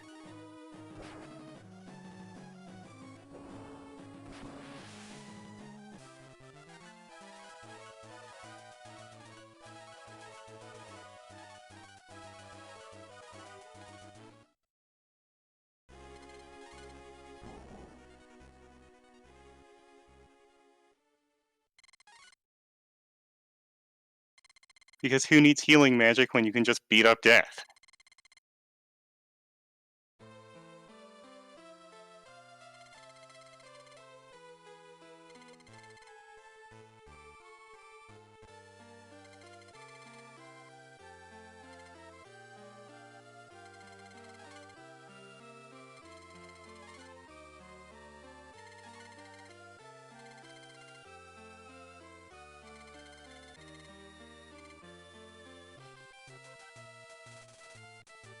And now we're joined by Ox, who is going to be one of our most useful characters.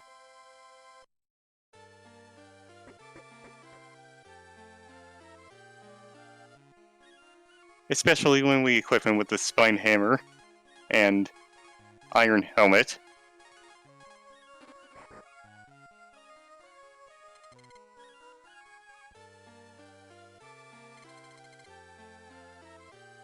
Let's see. We need a few more Marble 3s, more Marble 1s. I think that's it.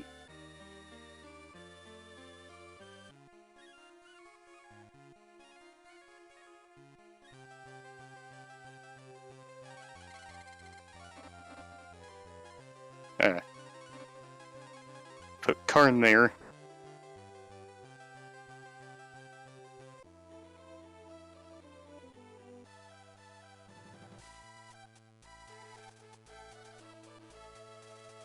Ox's special ability on the map is to smash these rocks.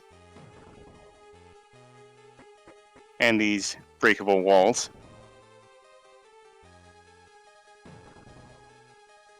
Stick to the north here because that Dark Dragon soldier can notice you from quite some distance away.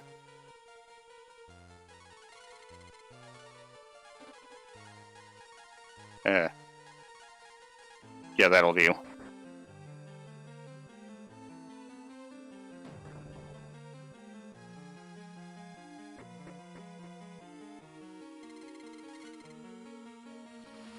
And now for a recolor of the first boss. Let's see. Marble 1, and I think we'll go ahead and put an attack up on Karn. Not expecting to use him a whole lot. That's why.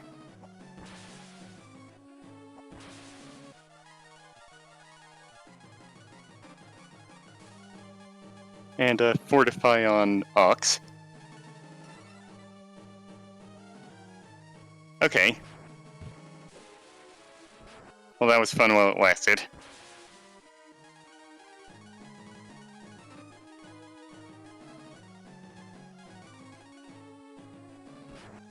We are setting up for another death warp here.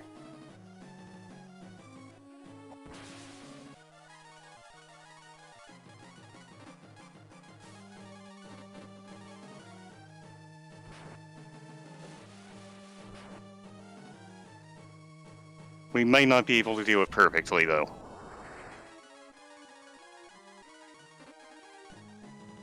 Bye, Nina. See what I mean? She only had 84 max HP.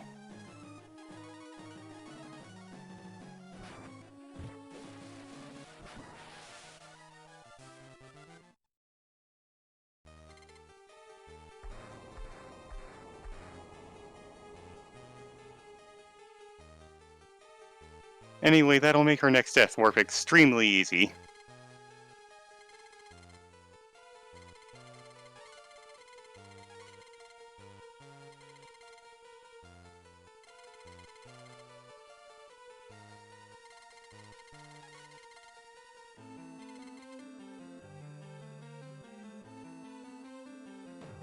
And we need to warp with Nina.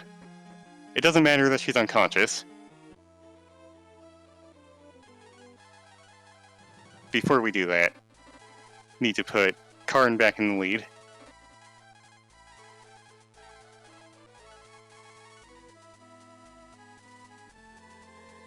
And go back to Arid.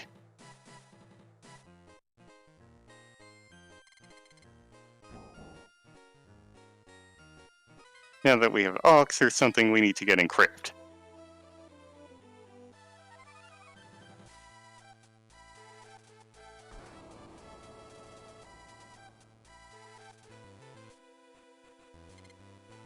And since we have Karn, we have a much easier time getting in.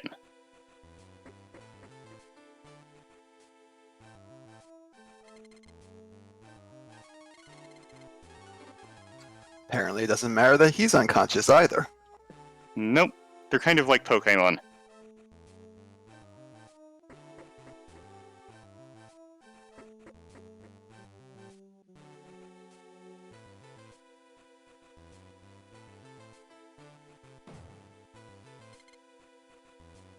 So anyway, when you have 3 of your characters unconscious, just put the last one in the front, and open that chest, and it'll instantly KO your remaining character, allowing you to warp back to Gant.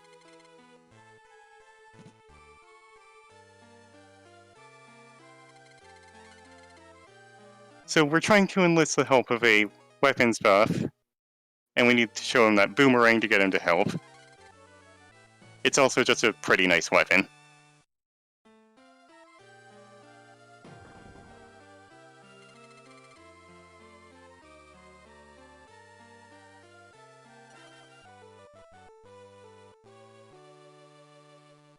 And now Karn learns the spell of Simulation, apparently.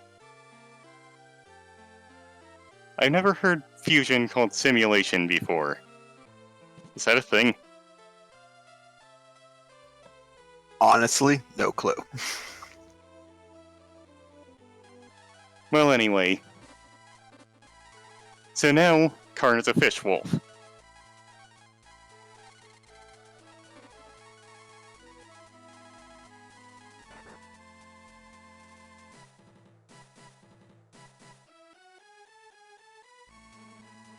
As are Bo and Gobi.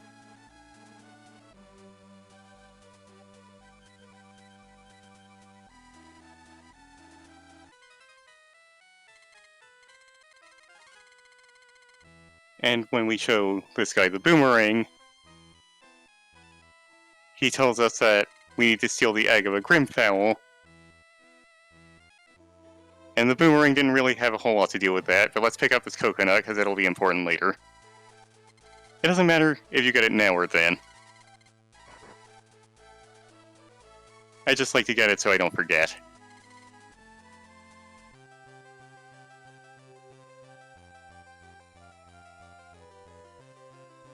Right. You backtrack through this area kind of a lot, so I'm prone to forgetting where I've already been and where I need to go.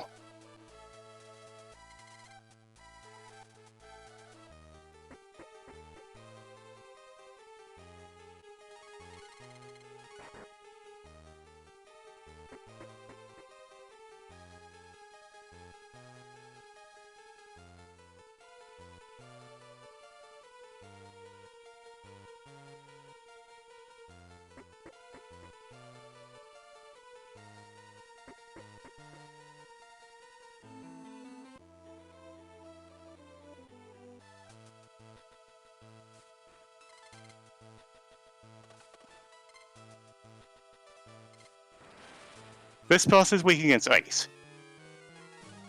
We're going to take advantage of that fact.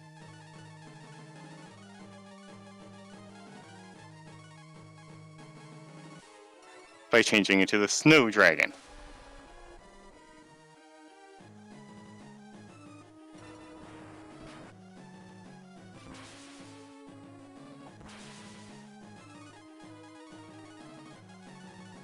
Actually, heal Ox. Normal 1. I'm pretty glad Nina didn't go down there.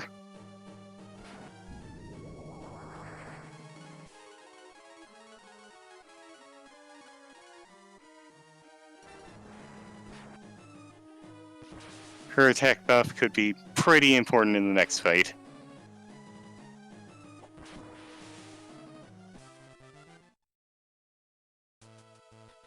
And now we need to get the Grimfowl to follow us out of the forest. For that, it kind of helps to walk and not run. Since I set dash to auto, I can do that by holding the B button.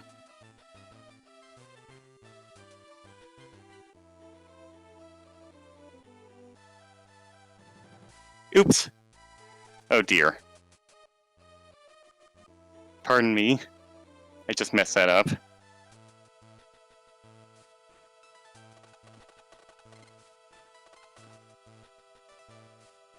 Sorry, that's never happened before.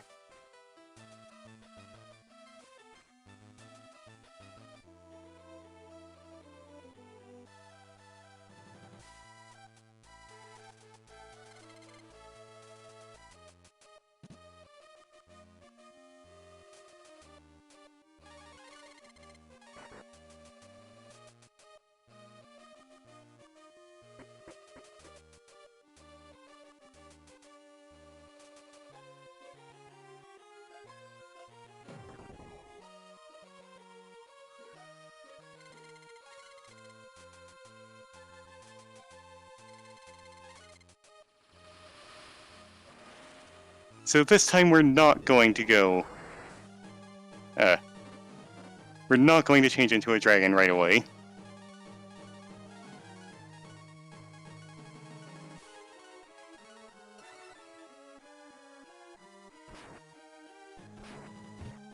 Bye, Nia.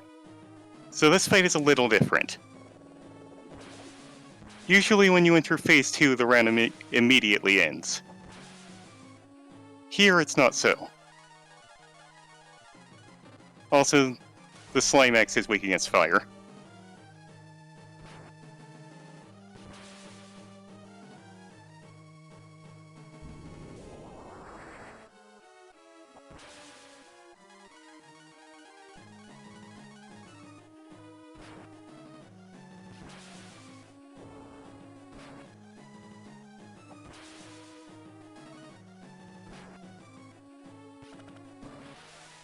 So since entering Phase 2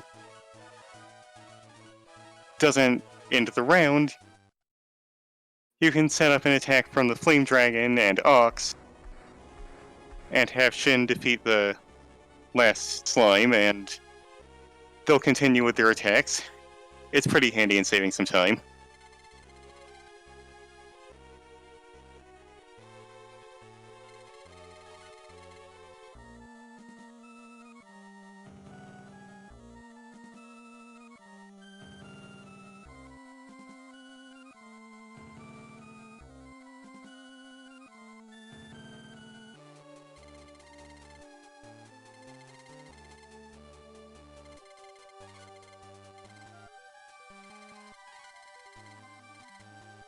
Gotta remember to save at Prima.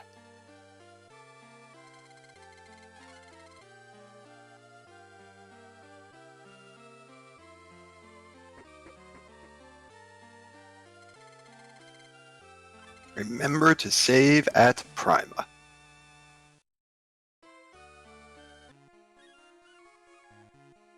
Okay. Thanks for reminding me. I'd love to do it at a more appropriate time, but I honestly don't know the names of the cities.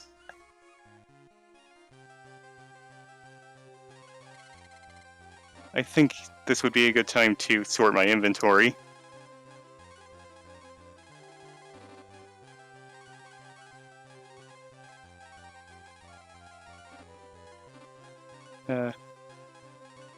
And have Karn fuse. And it might be a good idea to revive Nina, actually.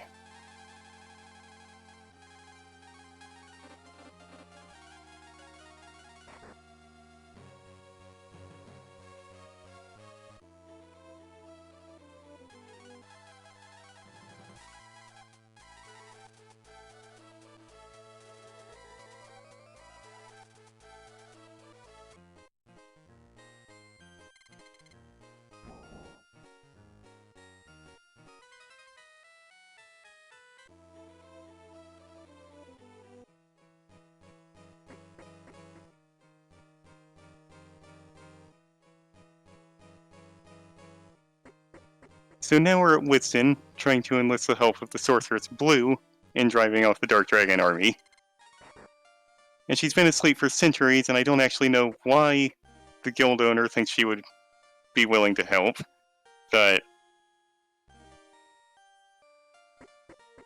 hey, we've been given an objective. We'll see it through. Time for 3 boss fights in a row.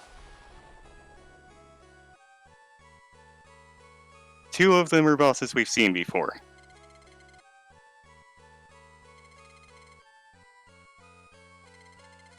While the third will be a recolor of the bosses we've seen before.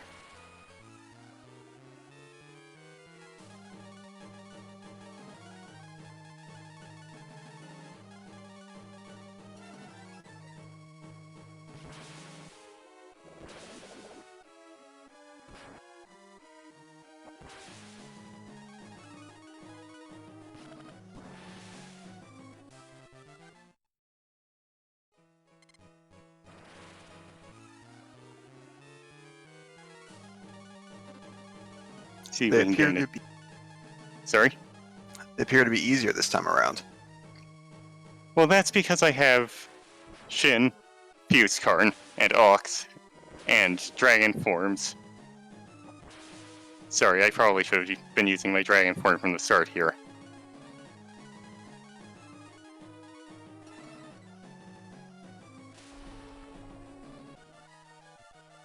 I always underestimate this boss.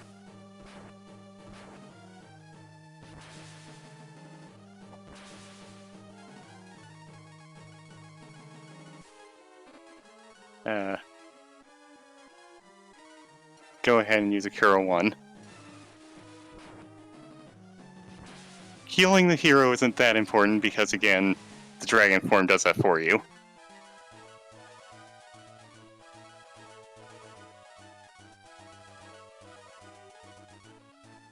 Cura 3 could help a lot. Possibly.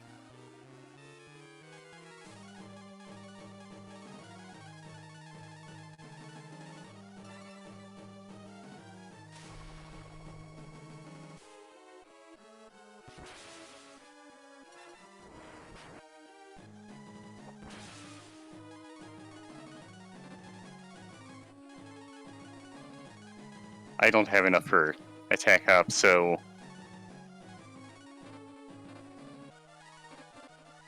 I guess this is fine.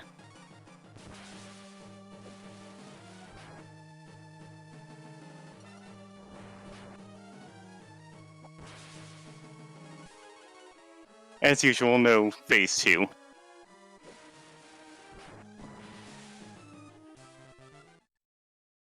I was hoping I would take a bit more damage there.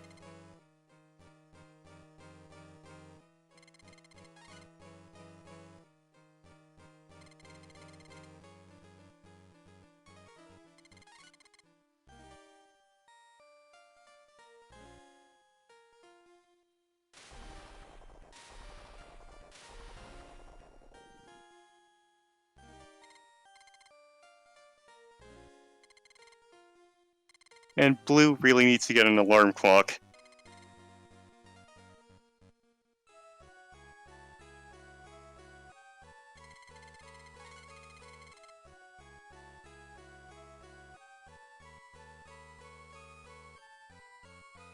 But she's awake now, and she comes up with a plan to defeat the Dark Dragons.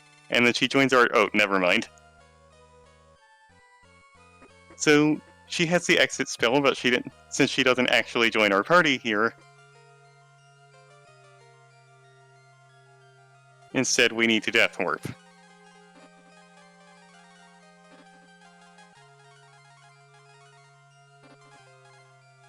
Let's see, what else can I do? I got rid of the wolf hat.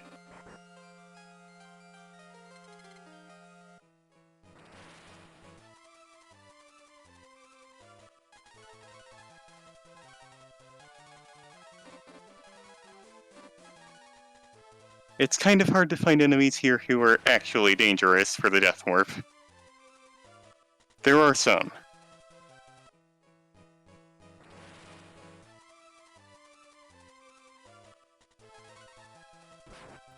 What are we looking for?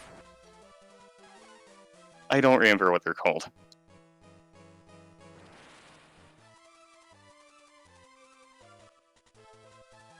But also running away and failing is pretty good because then we don't get the defense bonus.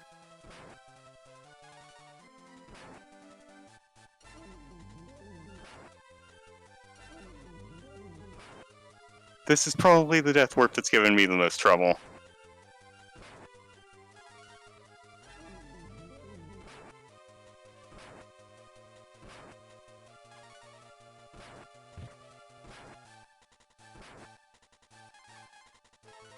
Well, this works.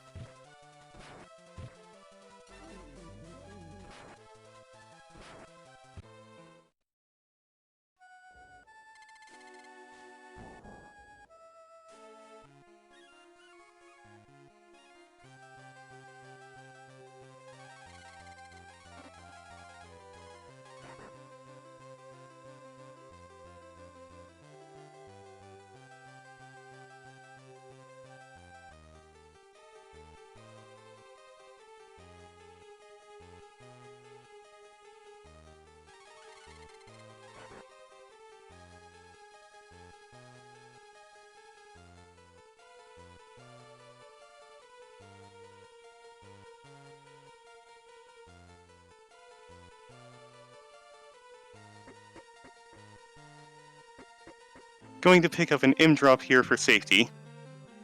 That's like a Mega Elixir, except I don't think it restores your AP. Didn't mean to go this way. Luckily, I'm pretty sure you're protected from encounters while the screen is fading in or out.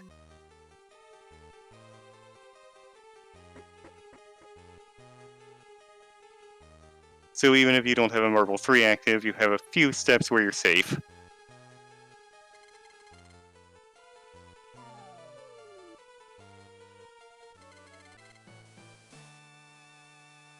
And now Blue is going to join our party. And this is going to be a pretty long cutscene, so if there's anything else to read, feel free. Well, I don't currently have any donations, but I would definitely like to throw a shout out. Here at Fastest Furs, we often talk about things. We often talk about our great community, and many of us refer to it because we live in the States, but I also like to call out that we have a number of people who are from Europe and Asia and other parts of the world who are also supporting us, and I'd like to thank them all for everything they have done and are doing. They are as helpful to us as anyone in the States and don't get enough love, so thank you very much.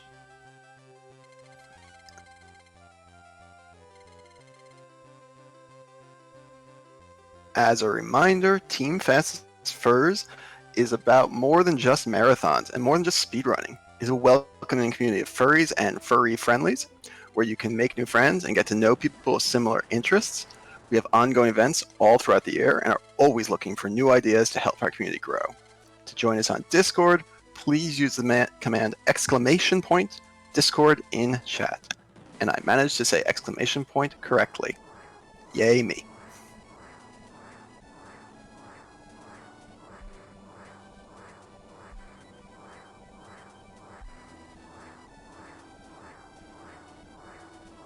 This cutscene is still going. It's almost over.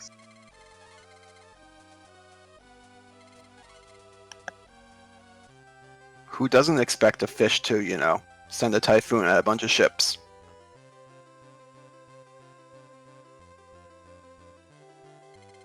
Well, that was Blue, actually.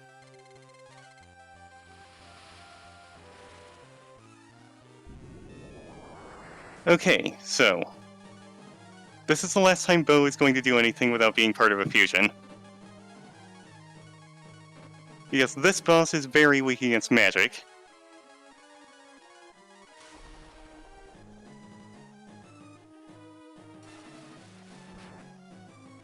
As you can see, it's doing 120 damage instead of the usual 80.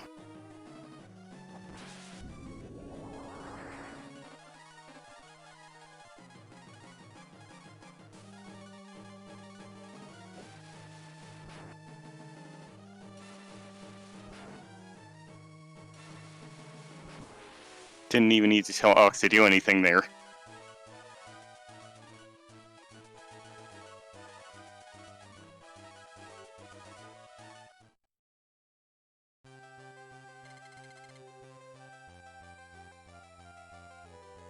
So now that we've defeated his dragon form, the fish soldiers are just going to push him around while he threatens to explode. And then he explodes. Go figure.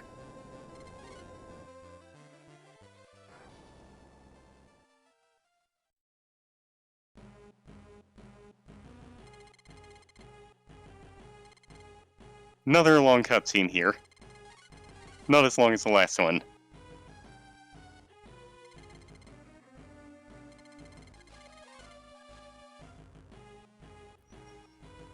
Well, no donations yet, but if you are thinking about donating or just want to make me say a bad pun in the air, you can use the exclamation donate in chat. Feel free to look at our incentives for those donations. We still have save the animals or kill the animals, or my personal favorite, taunt the animals, though that is losing badly. And donations for a variety of other games, all upcoming. So what is Taunt the Animals? Is that a secret? I believe Taunt the Animals is run up to the point where you would normally save the animals, look at them, maybe wave a little bit, and then not save them.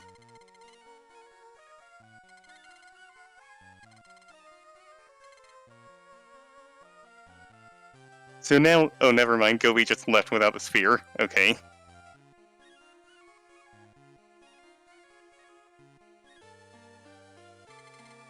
Also his license, which he can use to run a shop here in Prima.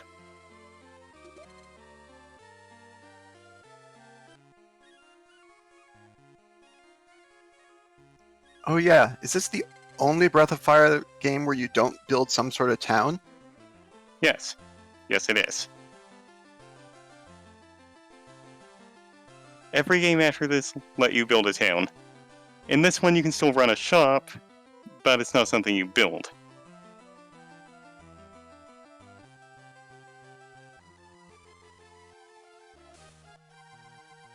So there's a town. Moving on.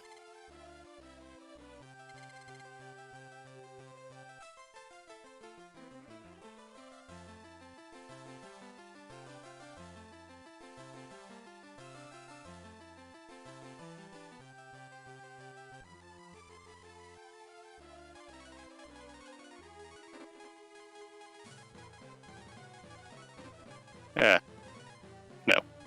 Wait. Knew I was forgetting something.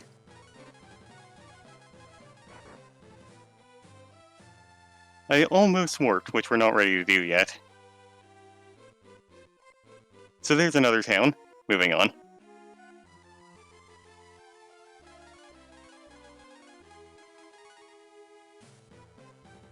The Grand Tour.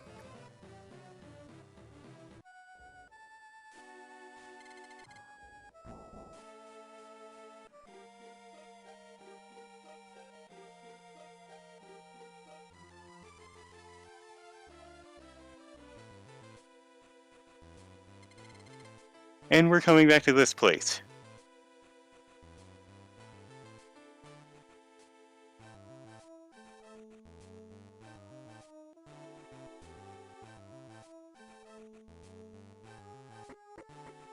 Karn can open doors while he's fused, so there's no need to worry about that.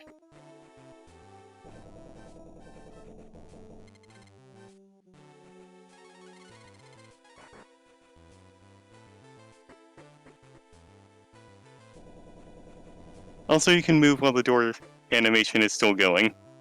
You just can't go through it until it's finished. Didn't find that out until pretty recently, and I think it's pretty neat.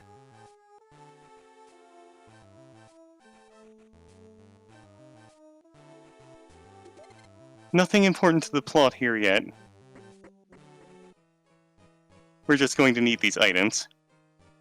Lava Shield, which was called the Flame Shield in the Super Nintendo version, which was confusing because there was already a Flame Shield.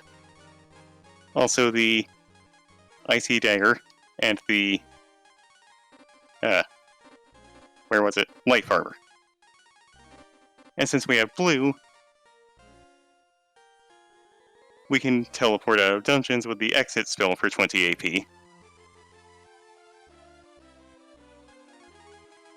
Back to the plot. Does that mean we're done death warping? I think so.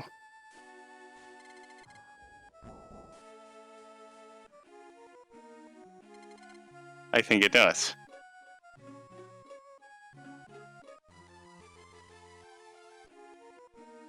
Oh, and don't step on the flowers.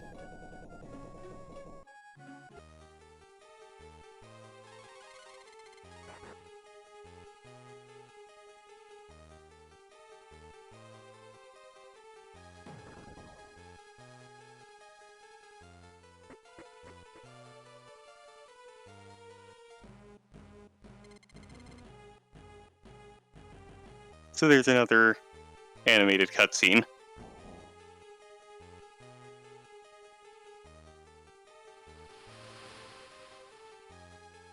And then we get shrunk.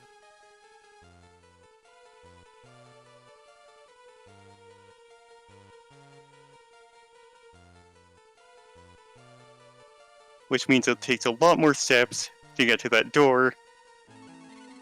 And we need to refresh our Marble 3.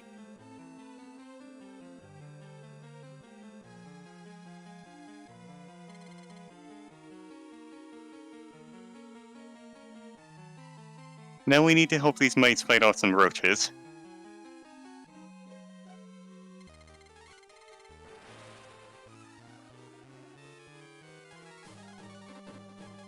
So this fight, we shouldn't need to use our dragon forms.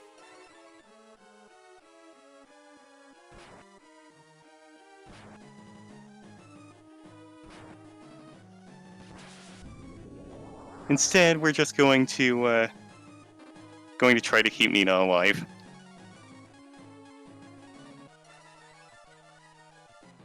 So as I said, every time Phase 2 starts, the round immediately ends, and that's going to happen with each of these 3 King Roaches.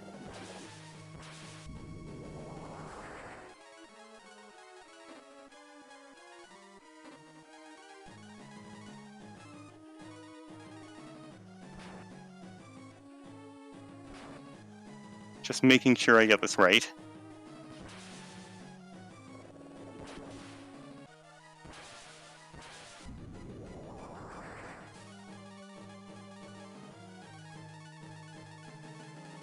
I forgot to heal. Whoops. Well, it's not that important.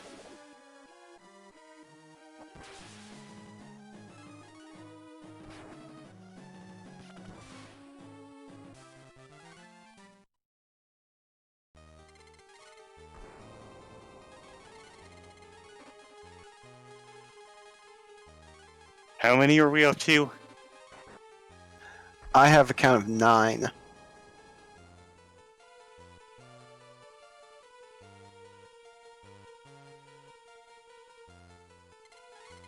That's more than I expected. Okay, so we just got the Mouse Kira, which... I mean, why do the mice even have that? Are they not normally mice or something?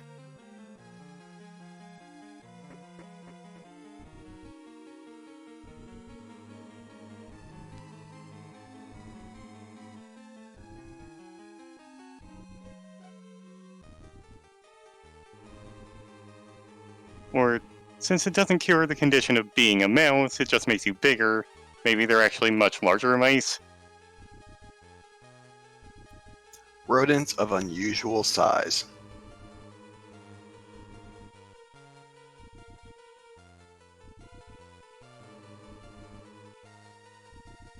And now for a boss that mercifully doesn't have a Phase 2.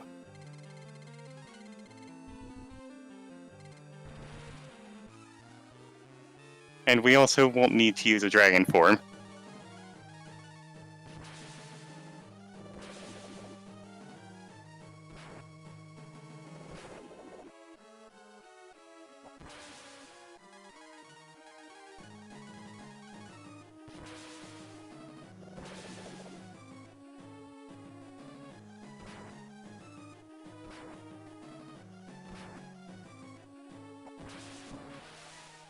It's a good thing Nina can still heal.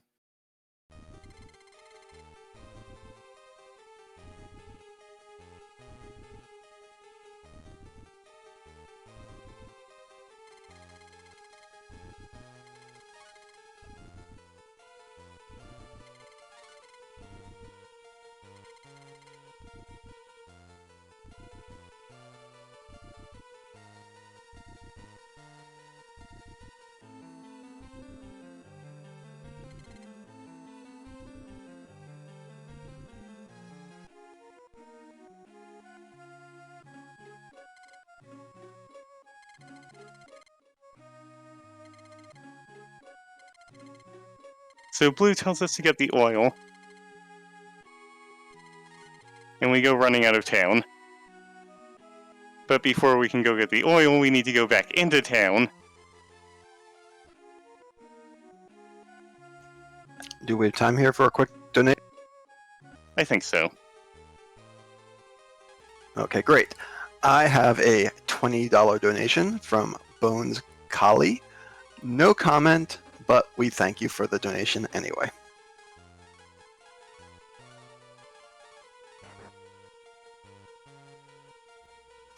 And as guest, it was for Save the Animals, putting Save the Animals in the lead.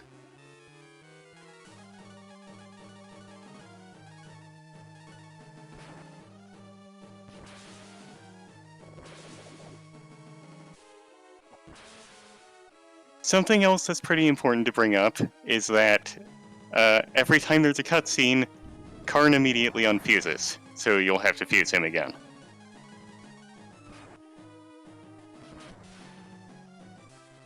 Any cutscene where your characters actually do or say anything. So we just got the gold fly, which we can trade to a frog for the oil, and that's why we needed that.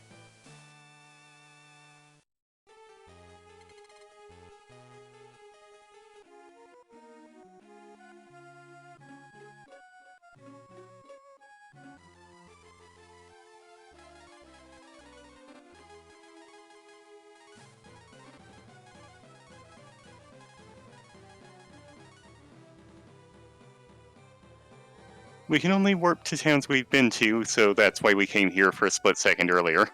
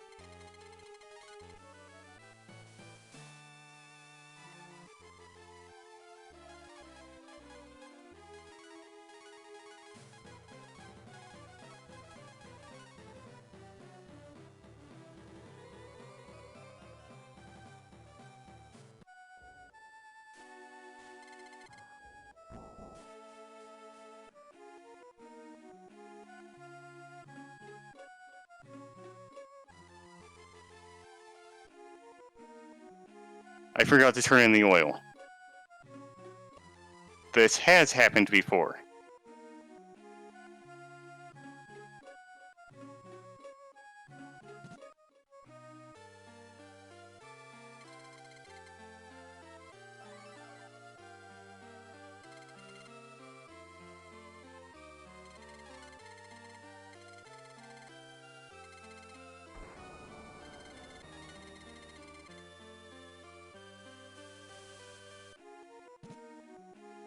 Now we can go fight the flower.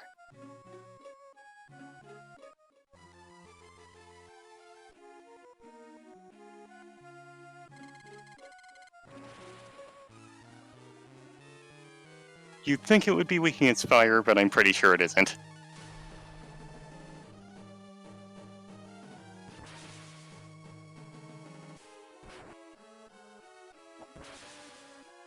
Likewise, that icy dagger that Karn has, that he's shooting out of a bow, I guess, is not actually an ice elemental weapon.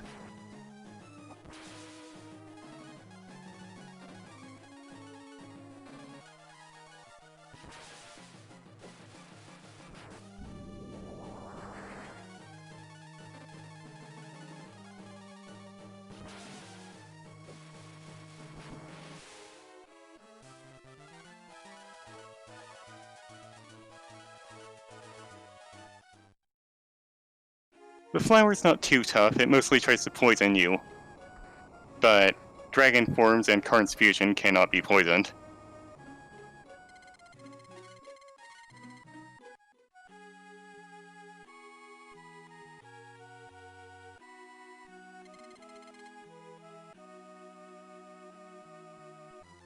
You might notice I'm not fused anymore.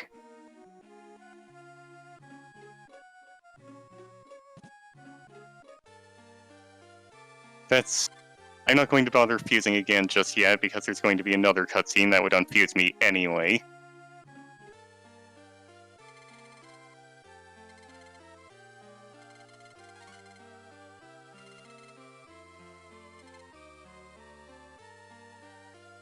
Cutscenes, the true final boss of this game.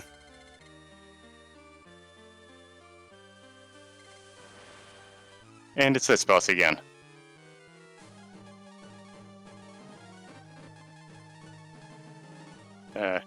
Ox. And now we can fuse.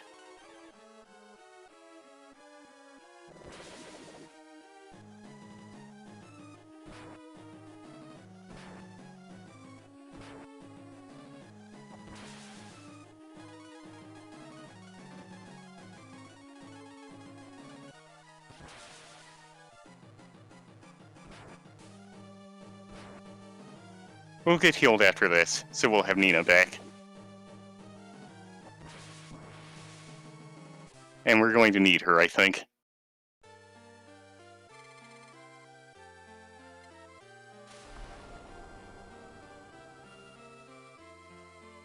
All better.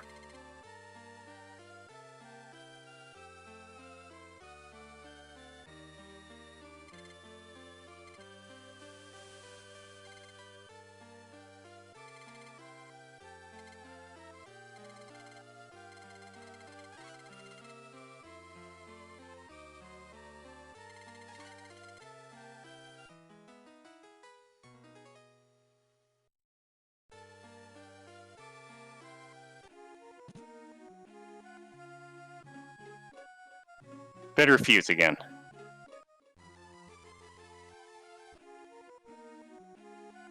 Yeah, because that cutscene after the boss battle undid our fusion. I think that'll do. We'll be doing... I'm sorry, I forgot. There's one more Death Warp after this.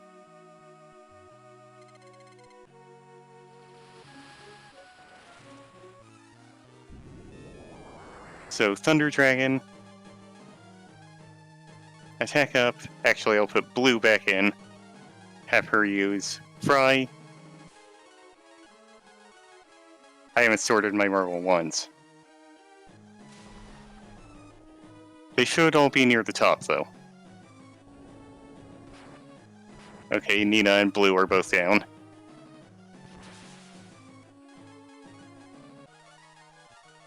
That's a little worrying, but also to be expected.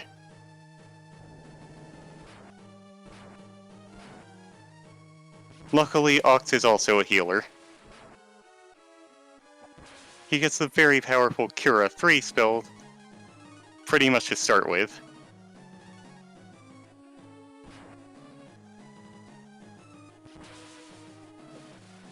And we're gonna use it.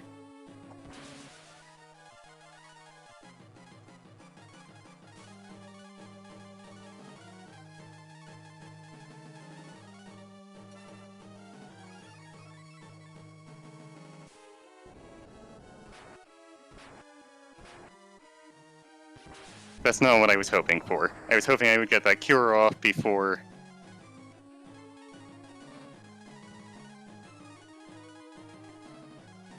Phase 2 started, but since Phase 2 started, the round ended.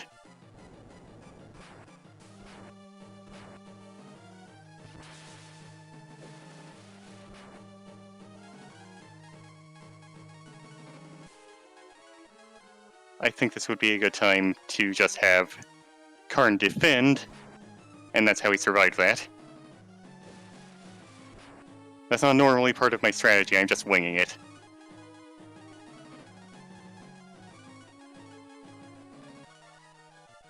Yeah, this boss is a little tough. Not hugely difficult, but... should be over after this.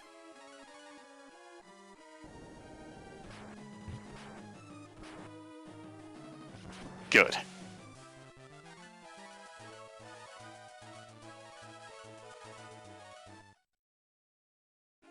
And we're about ready for that next Death Warp.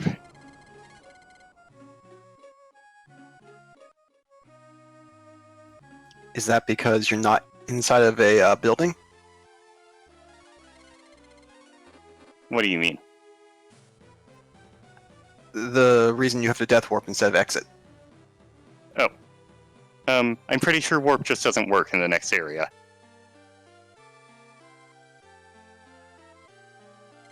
Because the next area is going to be Mogu's Dream. But before we can go there, we were just given the Cowl, which combined with the Maestro, allows us to talk to people in Toonlin. Or Tunlin. Or whatever you want to call it.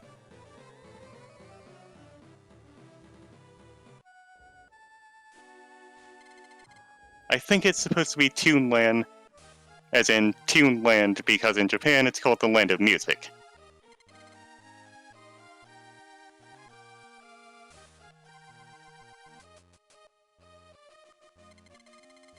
So we need to go here to get the bolster, which will let us enter dreams. But before they'll give that to us, we have to convince the princess not to give the time key to Zog in exchange for eternal youth.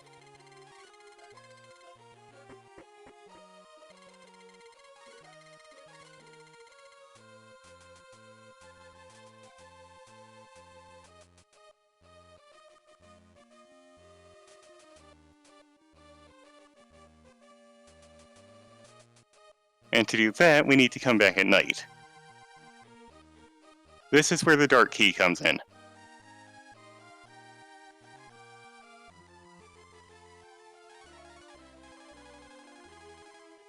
There it is.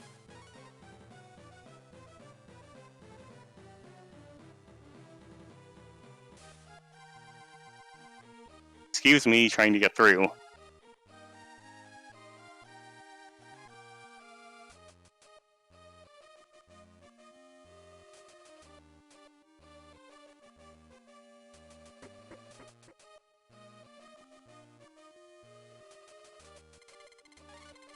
So since it's night, we can see the princess swimming, and see that she has tattoos on her back, which are the password for the safe.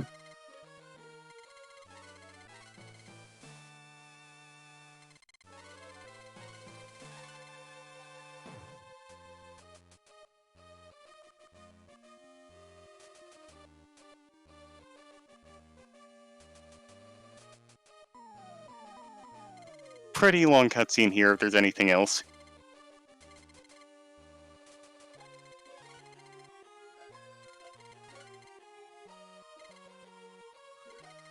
Well, no new donations, but I just want to remind everyone that you are watching Fastest Fur's Summer Showcase benefiting Global Giving's COVID-19 Relief Fund. Your donation to this fund will help stop the virus's spread and give communities on the front lines of the crisis the resources they need to act quickly and protect the most vulnerable. To make a donation, please click on the donate button below the stream window or type !donate in the chat. And everyone, please give all of your love and support to our runner, RudolfFahrenheit, for the amazing 2 hours he's already put in and the time he's got left. Thank you.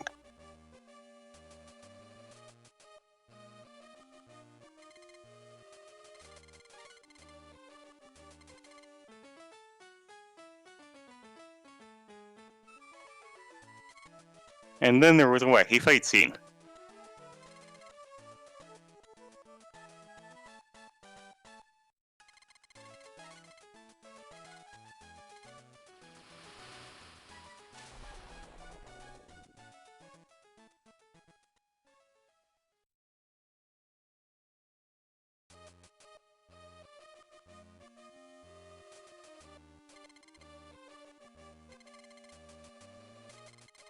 So we didn't stop her from giving up the time key, but we can get the bolster anyway.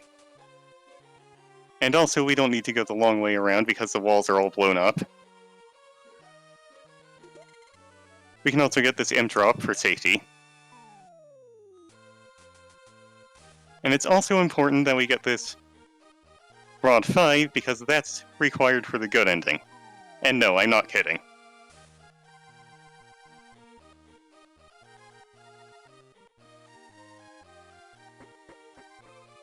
Fishing is a very essential part of every Breath of Fire game.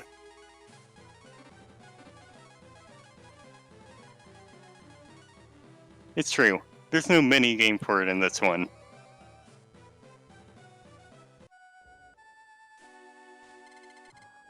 But I would call it actually more important than it is in the later games.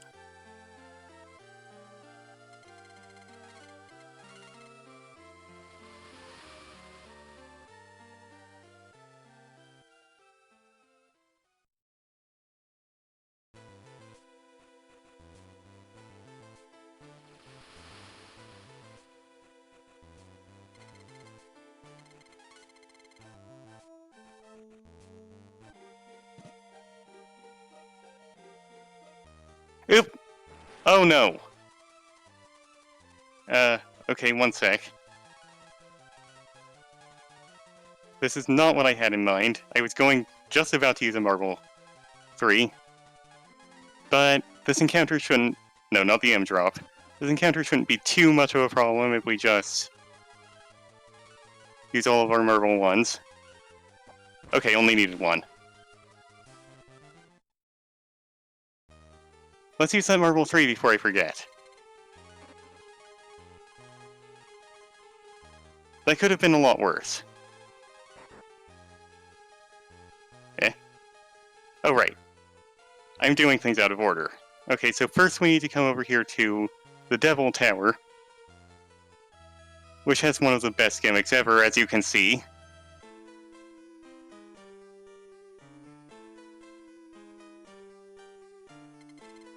That gimmick being that the walls completely disappear every time you step on these switches, and then they reappear when you step on the red switches.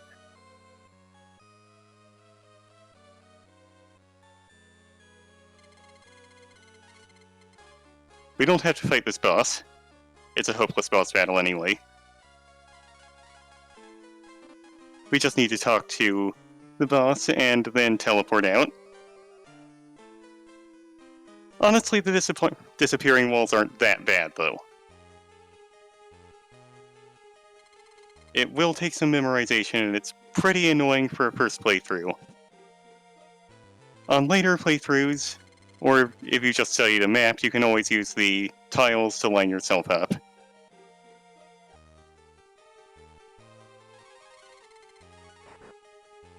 And I'm going to go quiet for this next area because it's going to require quite a bit of concentration.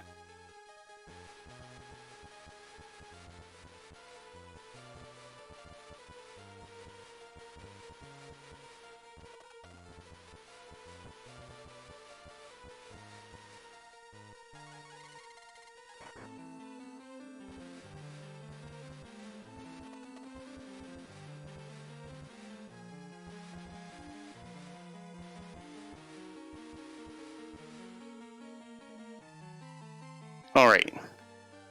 I made one mistake. It wasn't too big a setback, though.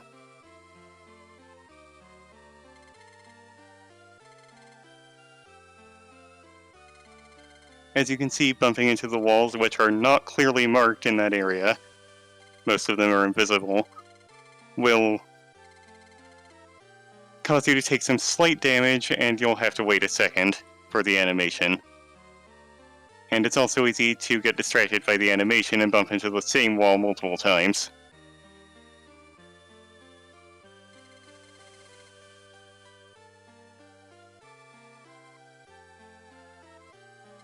And now Mogu does a fusion with himself.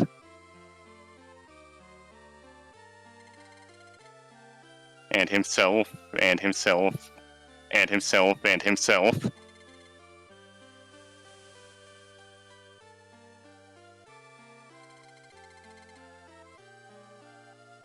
And by his powers combined, he joins our party. His special ability is to dig holes on the world map. That'll get us a few items, 1 item, and we also need to do it to enter certain areas. And now for that death warp.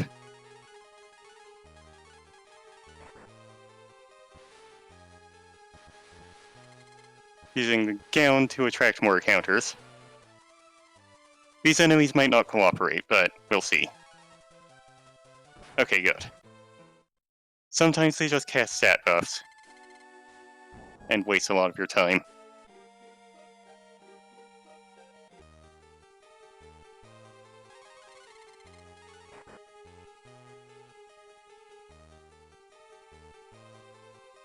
So now for our second trip up this tower.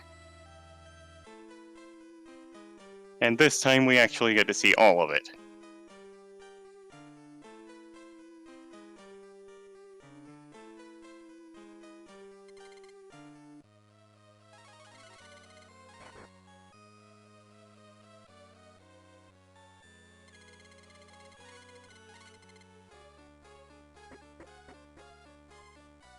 The next boss is going to be a little annoying, potentially.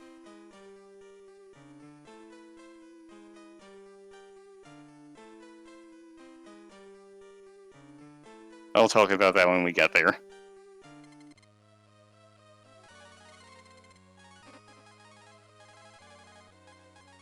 This maze is pretty easy to memorize. There's just a few parts you need to keep in mind.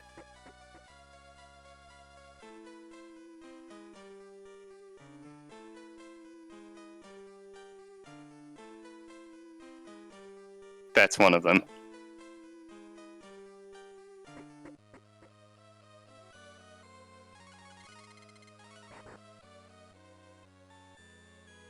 Oh, right. And since we had to unfuse for that death warp, pays off to fuse. Fighting in the dream world is not the same as it is in the real world.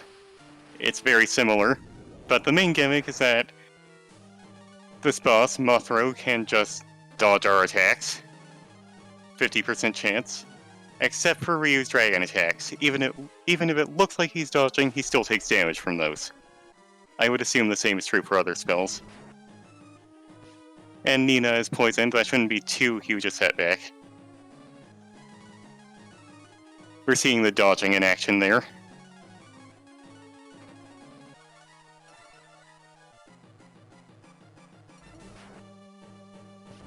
The hero and Karn are both immune to poison.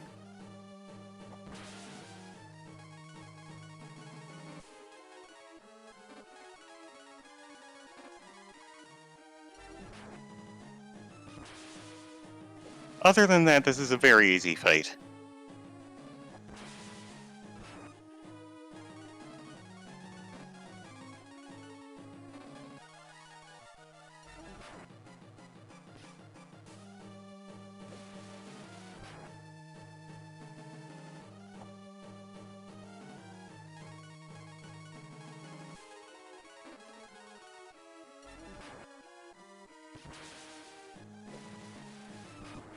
And it's over.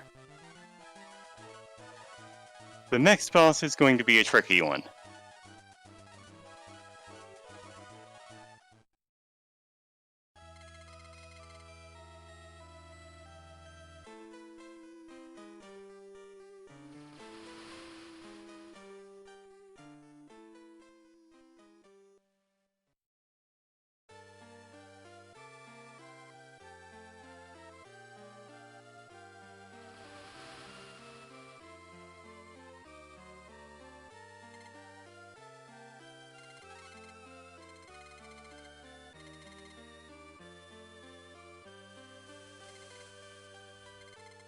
Do we have Moat coming up? Fairly soon, yes.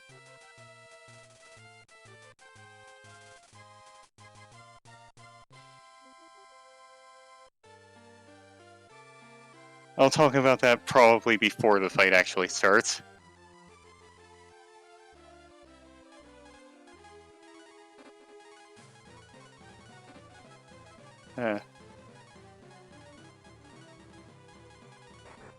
So Mogu, as I said, can dig holes, and using that ability he can dig up this root, which we'll need for something later.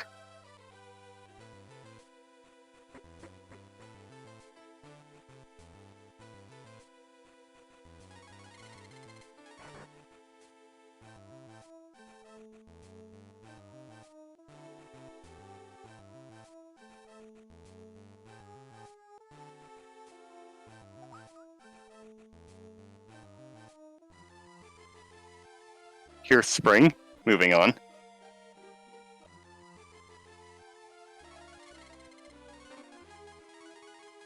Go ahead and sort the inventory.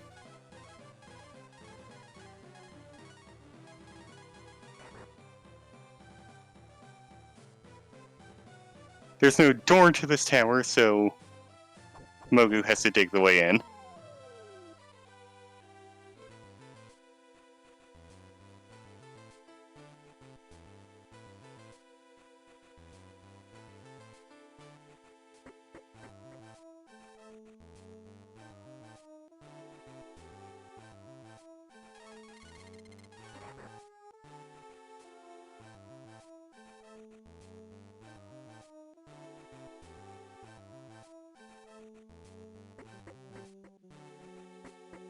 Not much to say during this part other than that it's completely featureless, so I might get a little lost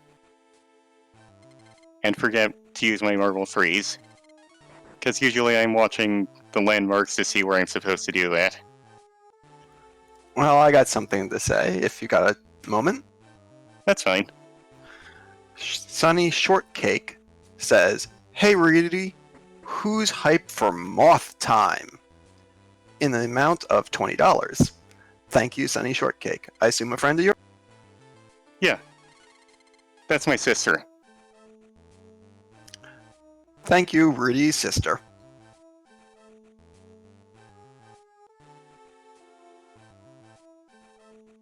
Yeah, thanks for the donation and the encouragement, but I regret to inform you that Moth Time is over.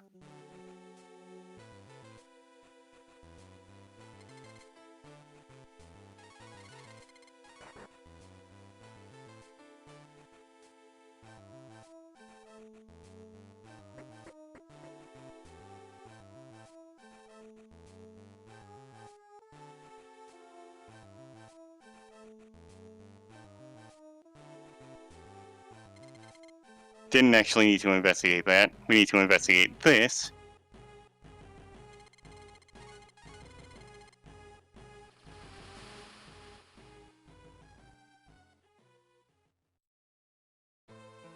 And get teleported to yet another dream sequence. I haven't found any encounters here, so I don't believe there are any. No need to worry about Marble 3.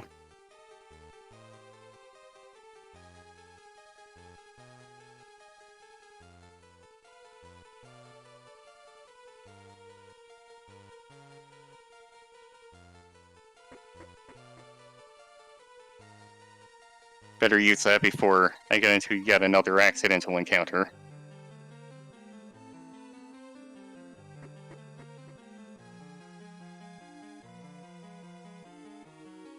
That'll be a huge time loss if it happens later. So far the encounters I've gotten by accident have been benign. Just usually I don't get them at all.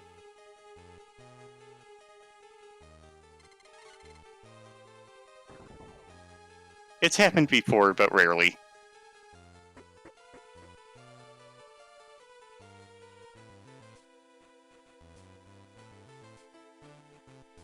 This part is kind of an annoying maze, but the directions are easy to memorize because there aren't many.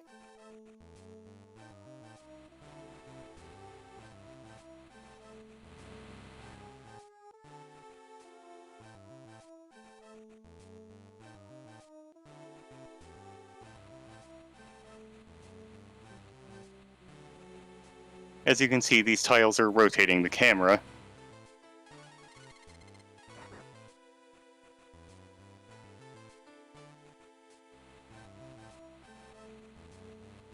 You can just watch closely and see where you need to go.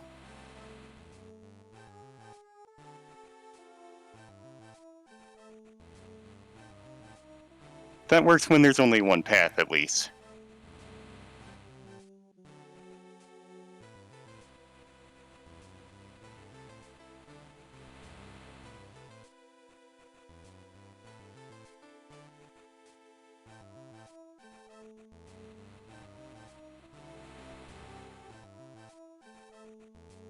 Most dangerous boss coming up. What I find to be the most dangerous boss. Possibly only outdone by the Knight.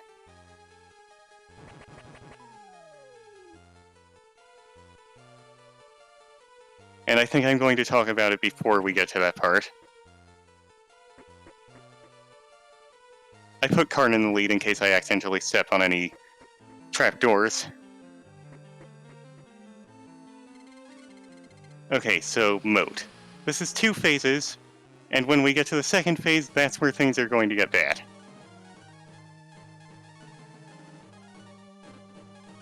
For now, I'm just going to attack. When we get to phase 2, Moat is going to have a blur counter. It starts at 15, it goes down by 1 for every physical attack, and up by 2 for every magical attack. Somebody needs to revive her before phase 2 starts.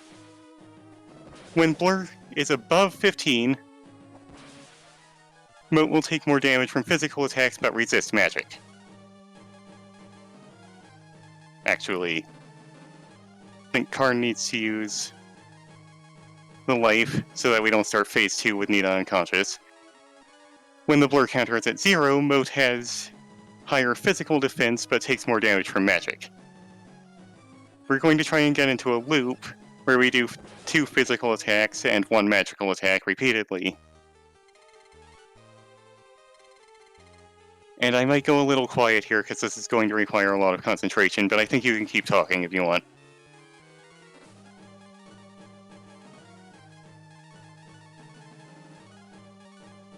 Understood. If I start to break your concentration even a little bit, let me know. Right.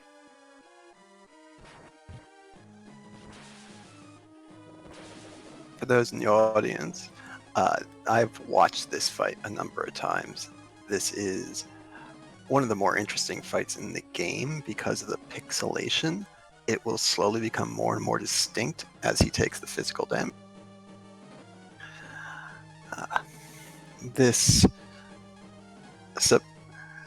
To the point that you will actually be able to see the full form of Moat right around when we hit that 0. And then it will cycle ever so slightly from a full image to slightly pixelated and back. It is all about timing, and we can't hear him right now, but I'm sure that Rudolph is counting very carefully.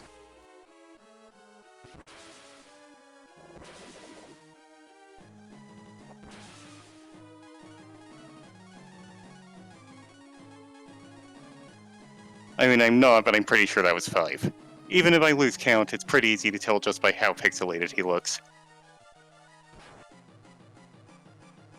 Also, that was another Nina death during phase 1. Yeah, I caught it. And we're probably going to have another one.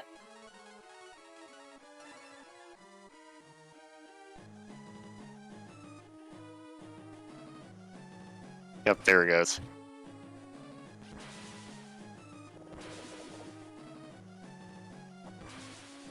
I think it's time to go Dragon here. Maybe I'd better switch in someone else to take Nina's place.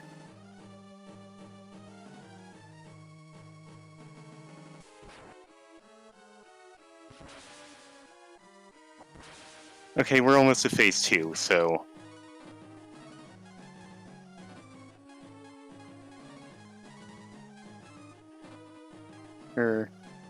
Maybe I'll use a life on Nina.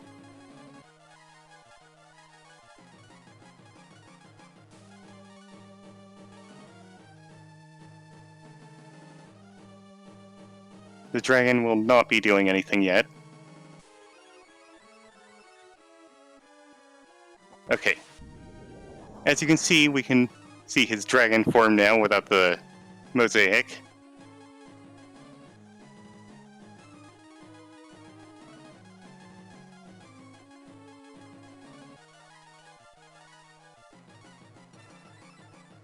And that means he's vulnerable to magic.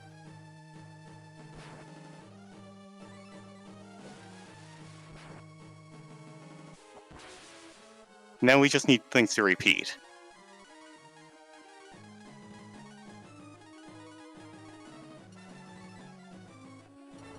And this is where the lava shield helps. That would have been a one-hit kill otherwise.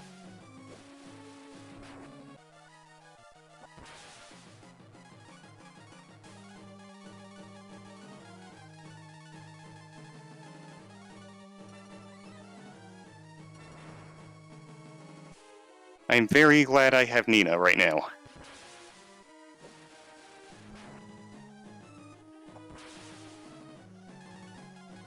I don't think the next Cura 2 is going to be enough, though.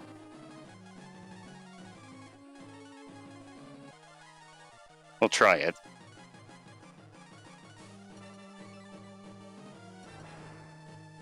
And luckily he hit Karn instead. Or Shin, rather. That went pretty well. That was the last difficult fight in the game, in fact. I think that might be the best I've seen that fight yet. That was really impressive. Thank you.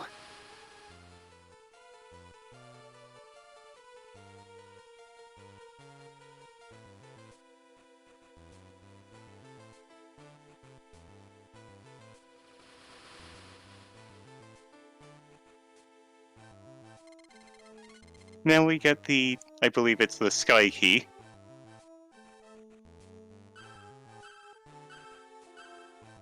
And use it in that machine that's right there to fix the weather.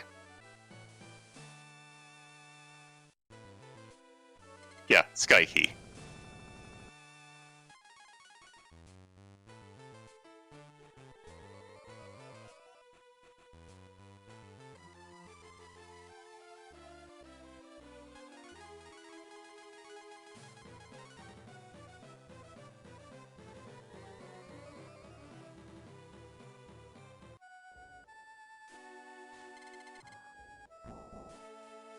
And since the river here is no longer frozen, it's time for some fishing.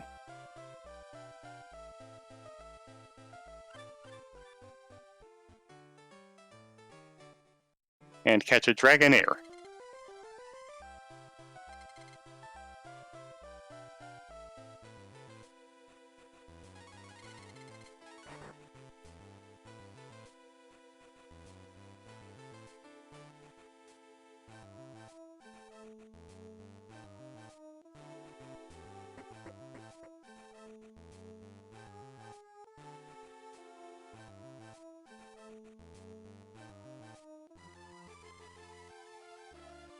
As I said, Moat was the last difficult boss.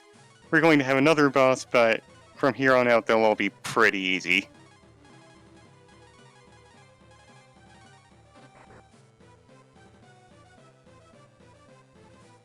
I forgot to use my Marble 1. I sorted it into the front slot and then didn't do anything with it. And now we have another Nina death. Good job.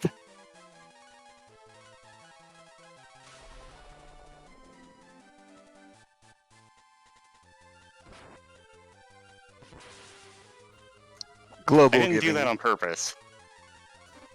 Global giving appreciates her sacrifice. I'm sure.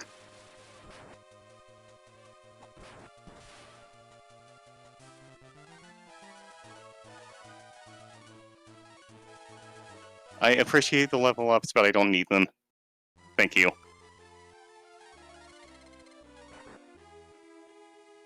I'll be donating for all the Nina deaths too. So we just walked past the town of Carmen, where time is frozen. And we're going to talk to find out where in time is Carmen.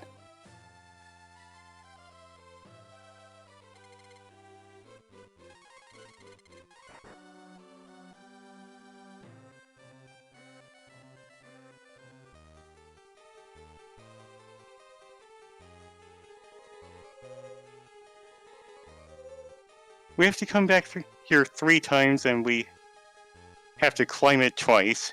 And as you can see, it's something of a teleport maze.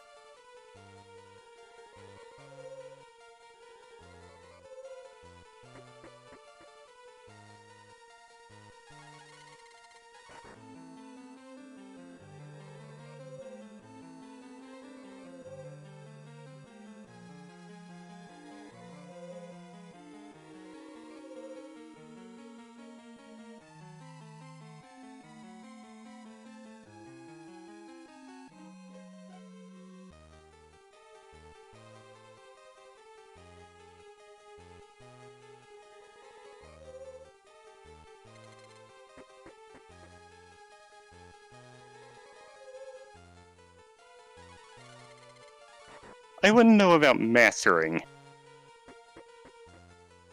But thank you.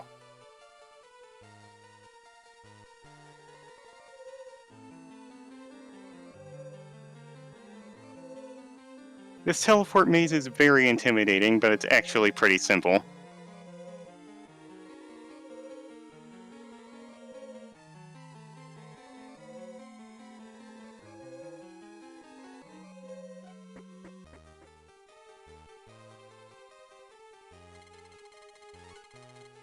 And we encounter Cyril, who stole the time key before.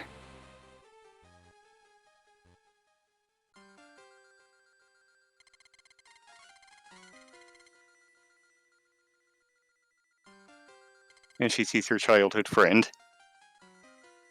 And we don't actually fight her at all. Because she teleports us out.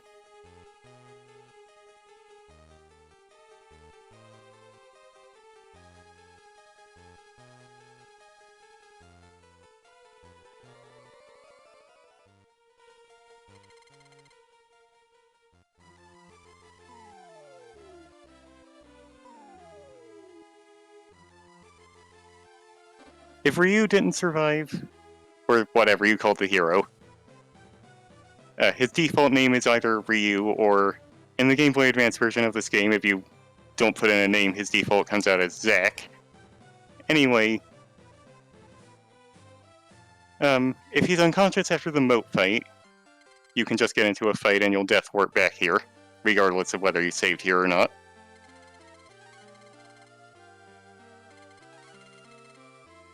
Otherwise, you can just walk. Or dash, as the case may be.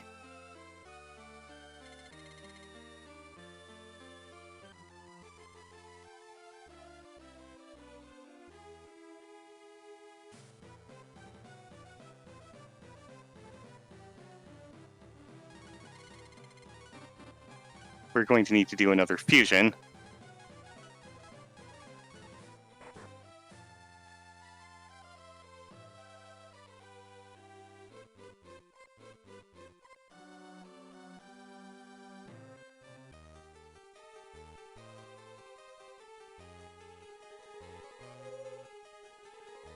Talk two.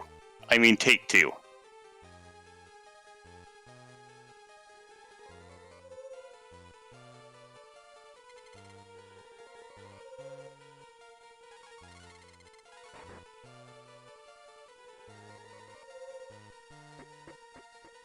While we're going up this tower, a reminder to everyone that there are still incentives that you can donate towards. If you want to kill those animals, that's just $20 away. If you want to taunt them, that's a bit more.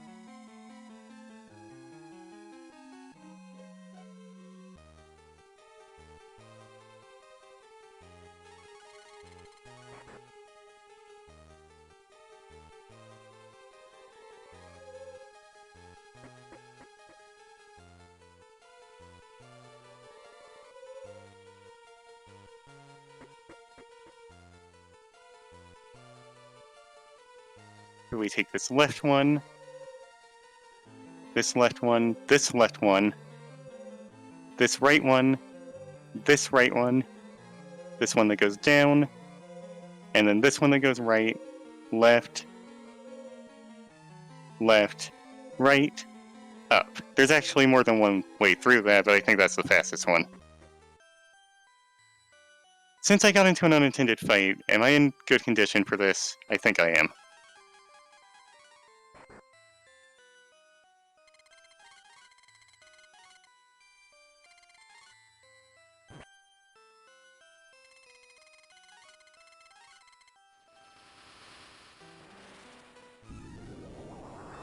This boss is weak against fire.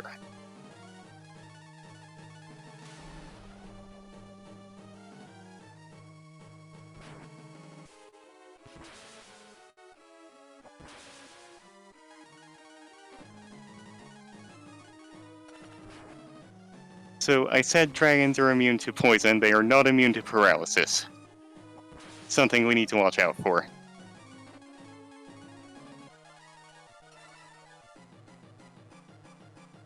And she's gone and boosted her defense. That won't help with the dragon breath.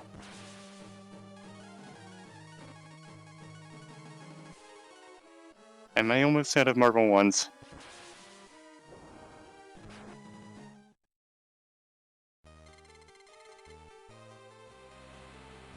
I can pick up another stack of those if I need it.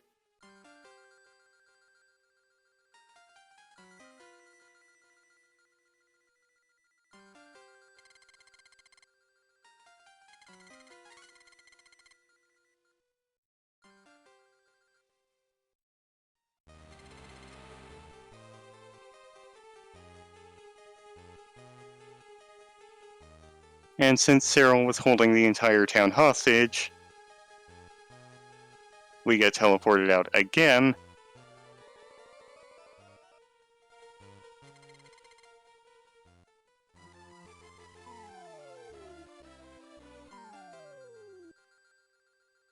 But this time Nina comes with us. And that's good because she has the warp spell.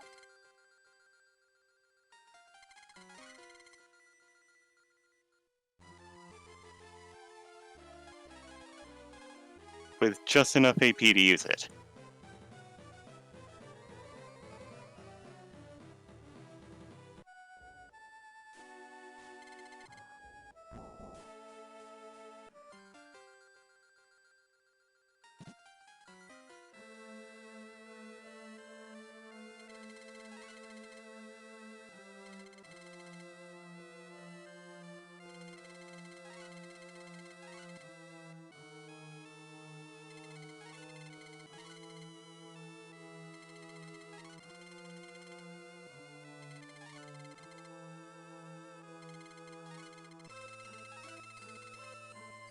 Is my Marvel 3 active? I don't remember. I'm just going to use one to be safe.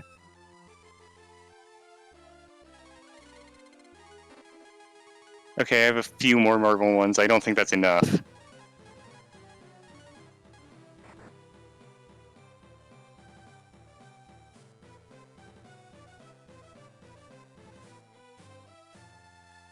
Also, I forgot to put Ox in the party.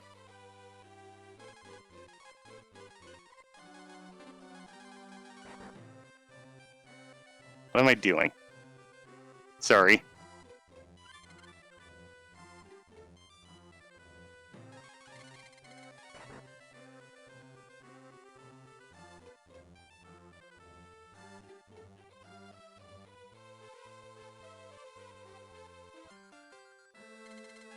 No reason I needed Bo in the team either, besides Wolfie.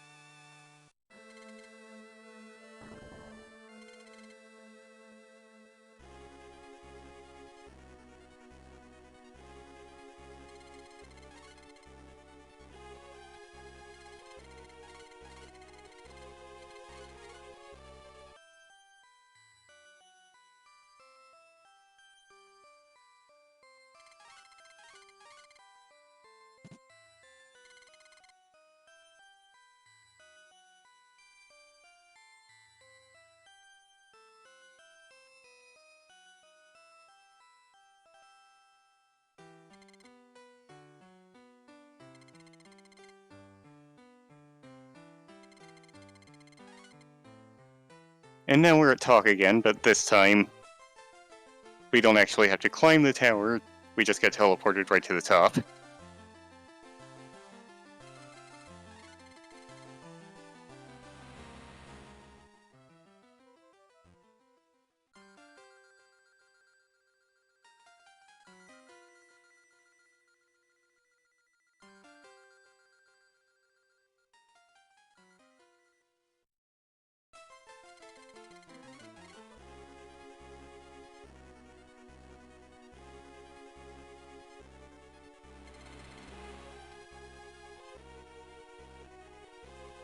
How about one more time warp for the road?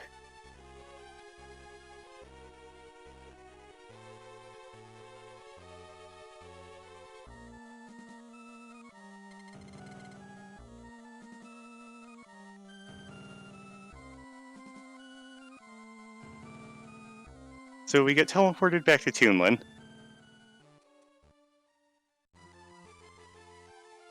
Nina arrived a few years ahead of us. Bye, Nina. And she's blue now. That's my attack. She also has amnesia, so we need to work on curing that. There are palm trees there if you don't already have a coconut. And we have the root. The last two ingredients we need for the tonic to cure her amnesia are the poison fish, which is south of Carmen, and the white antler, which we can get in Carmen.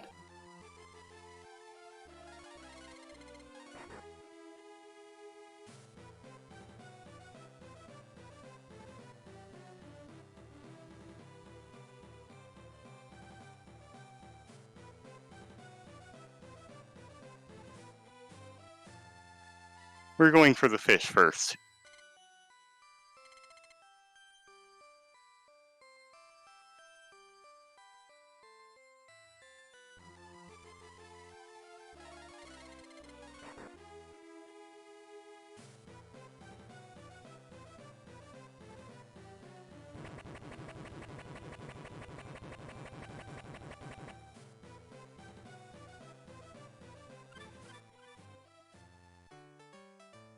I think this is the only Breath of Fire game that actually requires you to fish.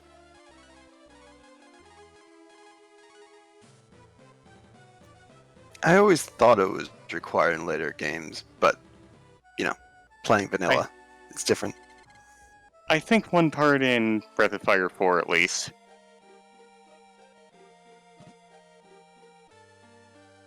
So I didn't know this was here until I started speedrunning. Normally you have to get the white antler by hunting, but if you don't want to bother with that, that barrel has one. And I almost left without actually getting the tonic made.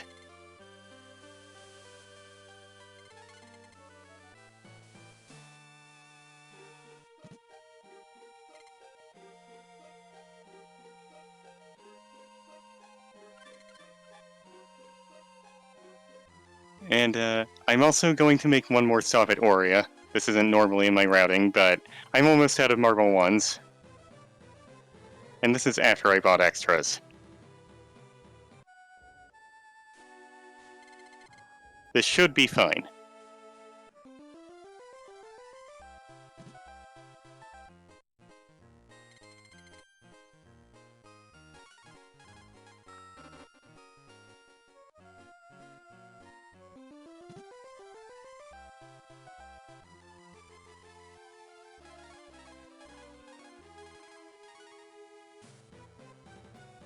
Getting 1,000,000 gold at the start of the game seems to solve a lot of problems. It really does.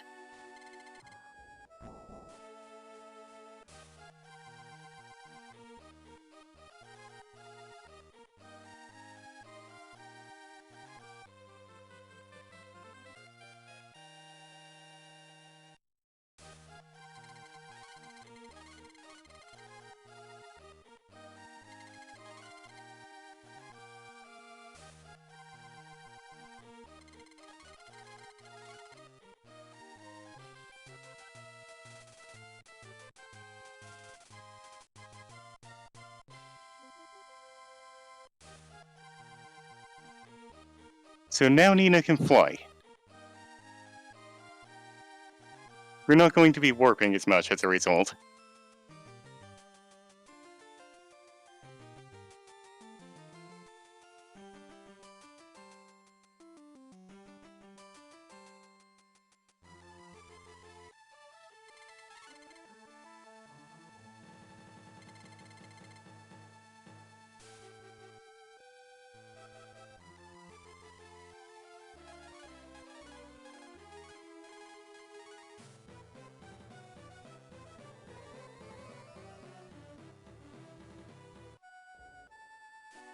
But we will once in a while.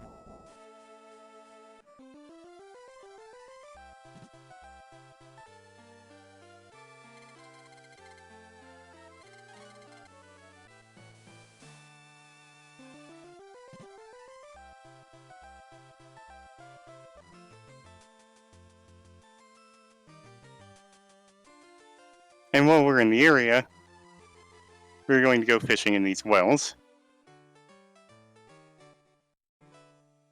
And get more dragon stuff.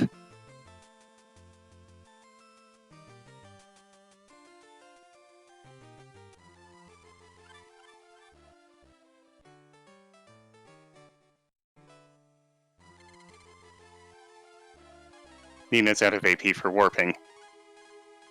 Just have Blue do it instead.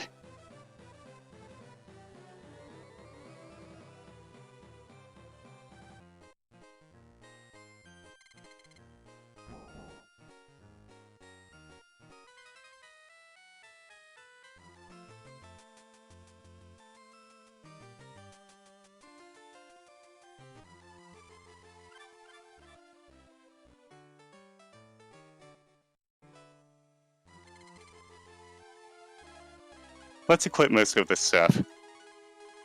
The sword isn't that important, I don't think. I mean, we're using dragon abilities anyway.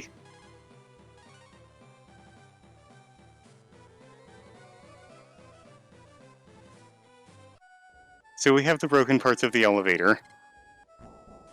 We can get them repaired at Scanned. This is the part of the game where there's a lot of backtracking.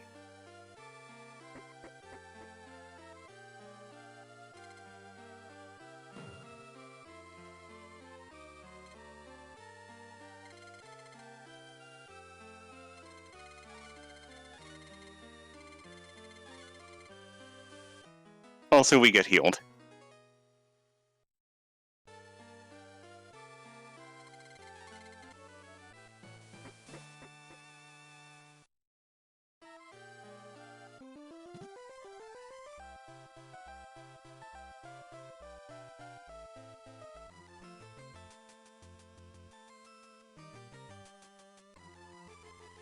And now, finally, time for some more dragon forms.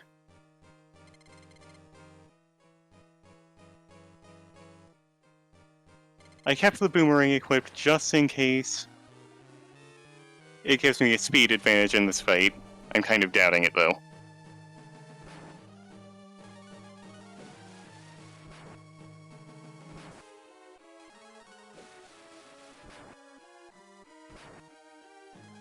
Well, maybe it is. Where did I put that marble one stack?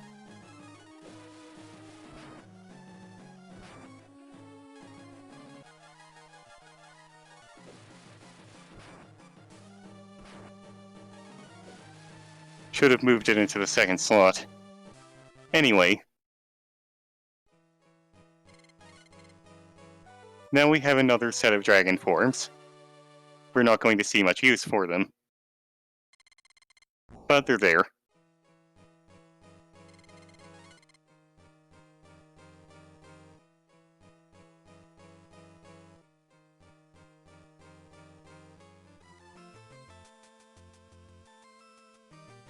I think from here I can just fly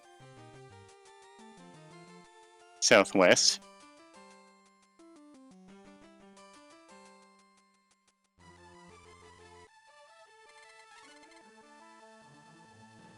Time for a long elevator ride if you want to read any donations or anything.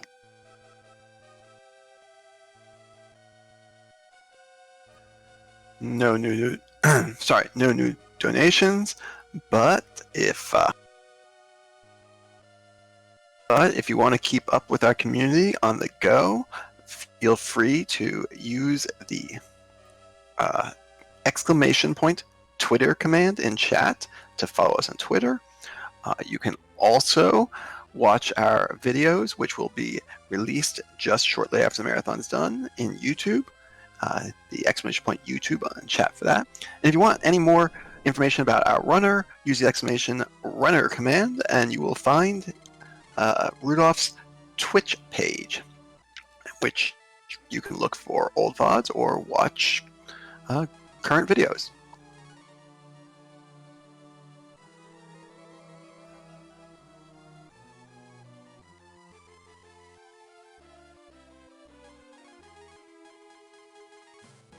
Yeah, so we went up the elevator to Scund, and can't actually get in yet.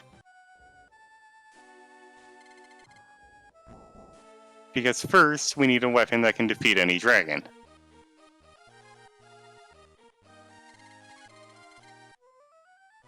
Which would be this song.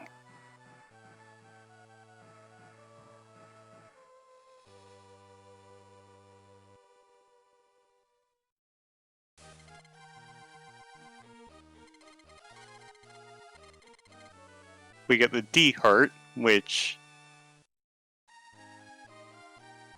damages both enemy dragons and the hero, reducing them to 1 HP. Make sure you don't use it by accident. I think I'm going to sort my inventory just a little bit.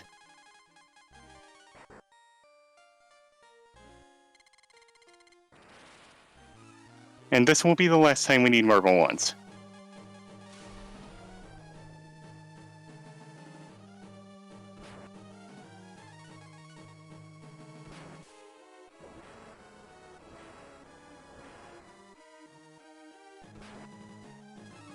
We can see the fire dragon in action, which I believe this would be attacking all enemies if there were multiple enemies to attack.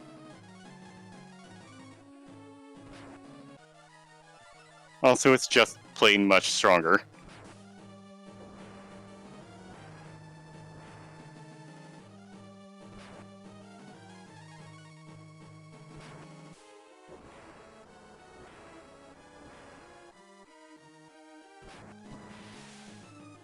And we got our third tier, oh, and an M drop.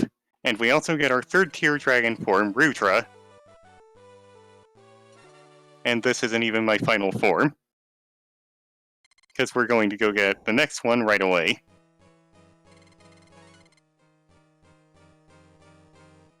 One of the second tier dragon forms also worth mentioning is the gold dragon, which isn't very useful because it just damages undead.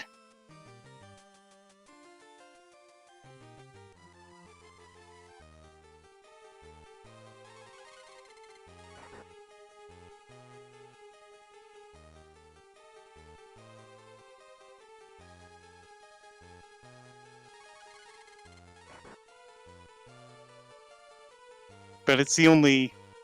I mean, it only damages undead.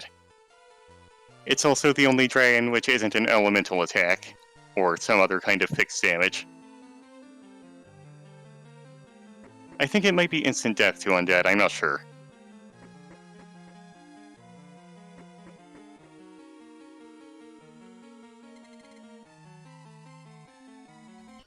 Do we have time for a quick announcement? In a moment. Oh, right. We need the hero in the lead, and we gain the power of Agni, which is the best dragon form and will be a fusion of all of the characters. And we need this to get the good ending, which we're going for. Okay, now you can go for the announcement. Sorry about that. Not a problem at all. I have just been informed that we have 2 new incentives for the Final Fantasy IV Free Enterprise run. These incentives, respectively, will have both of the Twin Harp songs and or both of the Zeromus forms take place during the game. No, I do not know how our miracle workers are doing this, but if they are met before the run, then we will hear both songs and we will get to see both Zeromus forms. If they're not, then the poll still wins.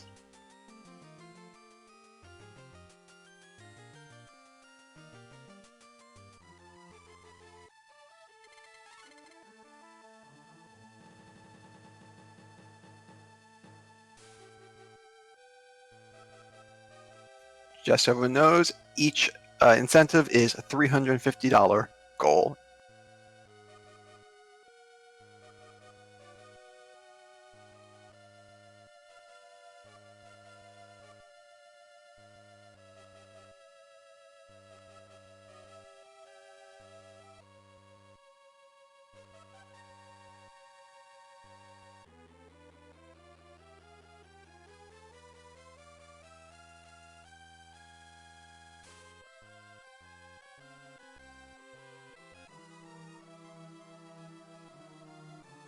No encounters to worry about on this floor.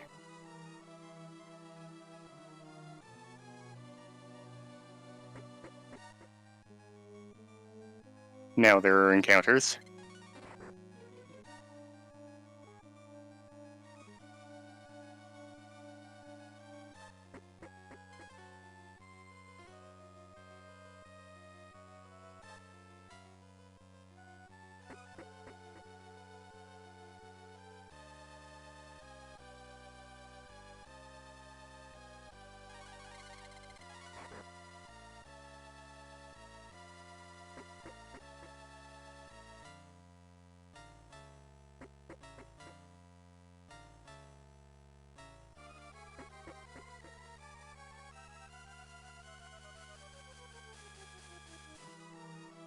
So now we're going to see Agni in action. You're gonna love this part.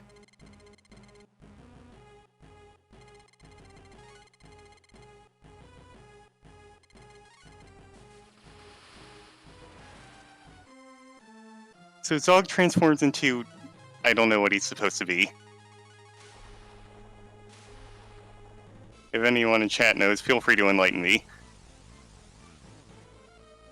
So all of our characters fuse. We get 999 HP. And when we attack, always 999 damage.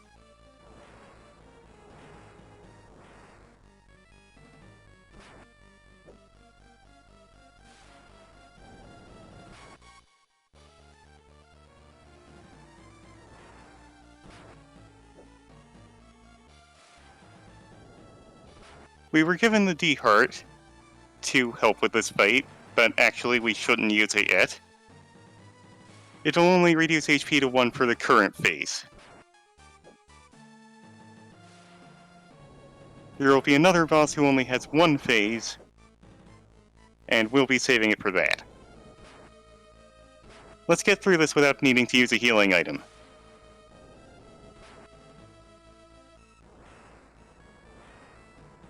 I mean, I think that's strictly up to RNG. But we'll need 11 hits.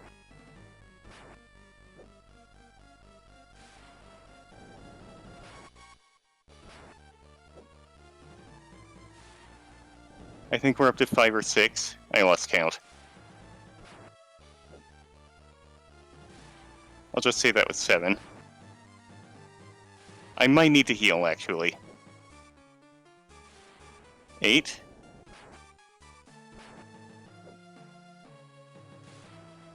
9. Cutting it pretty close, but...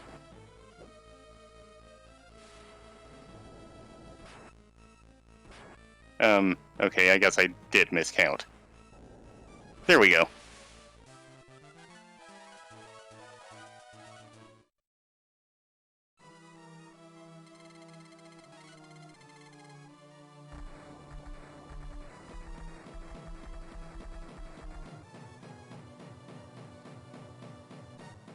Yeah, Agni kind of breaks the game.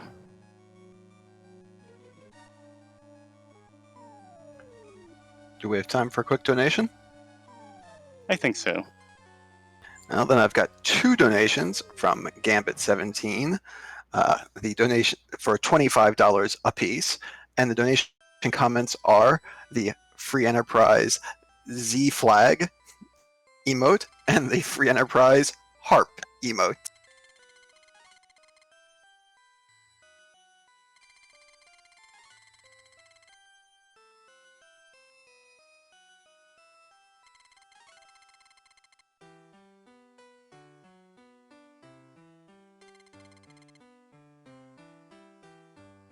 You get the emotes if you donate? No, he used the full name of the emote in the comment. I knew what it meant. Oh,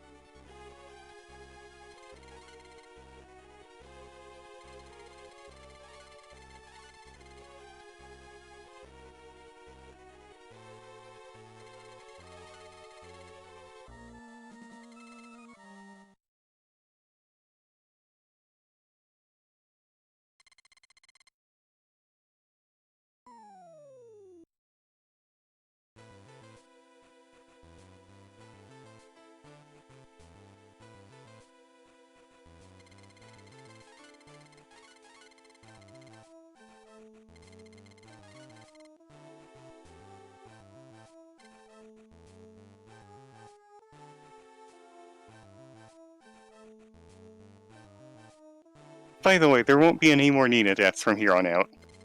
Unless I really mess up. So, do we have a count on that? The potentially final count is 13 Nina deaths.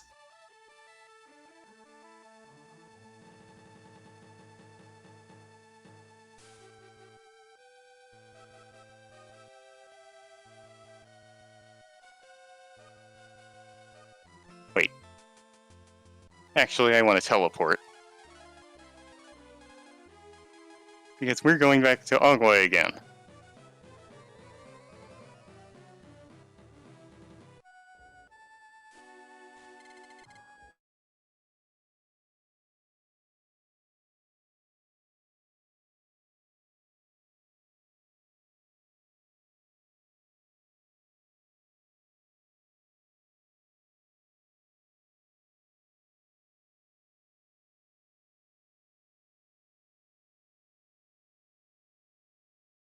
Huh?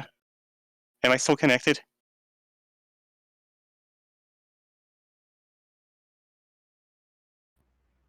I It said disconnected and then reconnecting.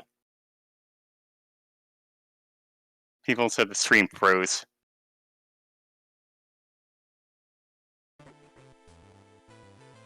Do I just keep going until it comes back?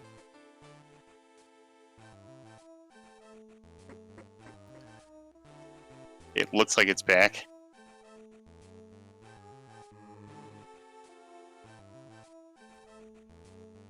maybe Moonblades has some information. It's too bad it froze there because Agua always glitches out when it's coming down when you use the tablet. I have no idea why that happens, but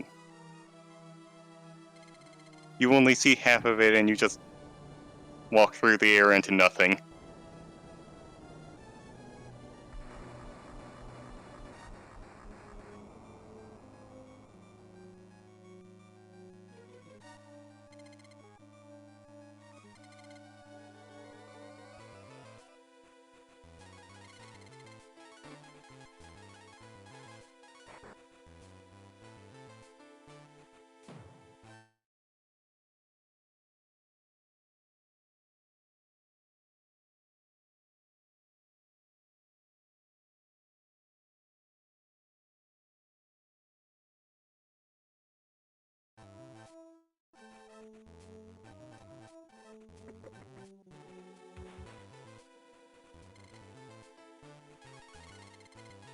My Marble 3 timing's a little off. Bear with me.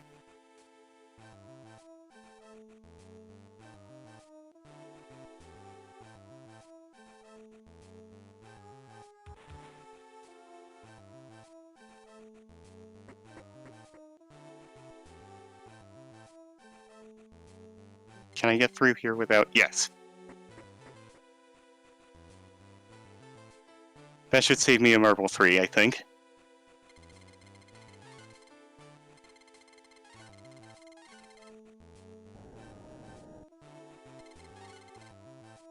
So we'll start this fight at at 1 HP. But it's okay, because we're going to defeat this boss in 1 turn.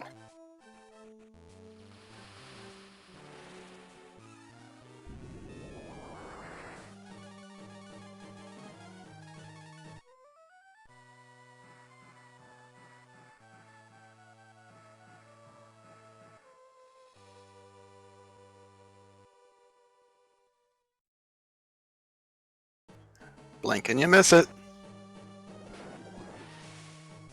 And it's over.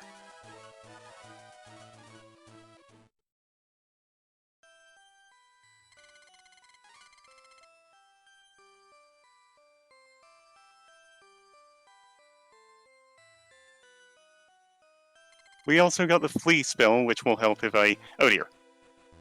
Almost forgot to reactivate the Marble 3. That could have been a disaster because the encounters here don't mess around. Anyway, so we got the Flee spell in case we did get into an encounter. All we'd have to do is have Blue survive long enough to cast it.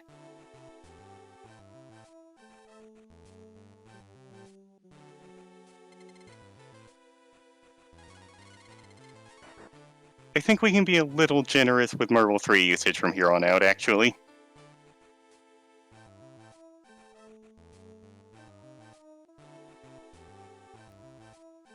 Do we have time for a donation?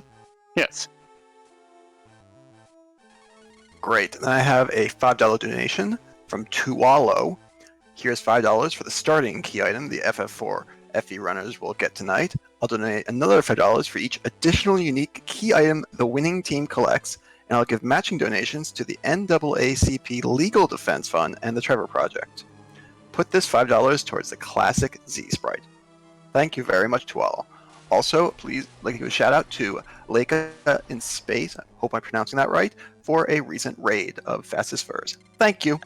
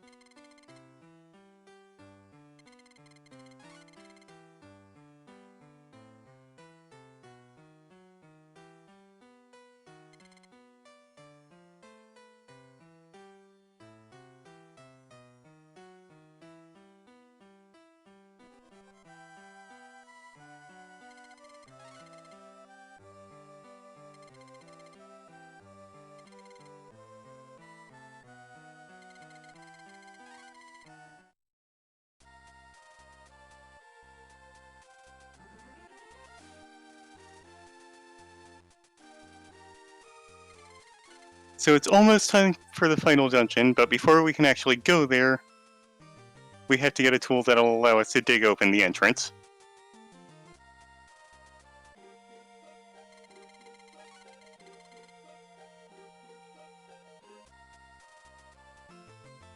And that requires this fetch quest.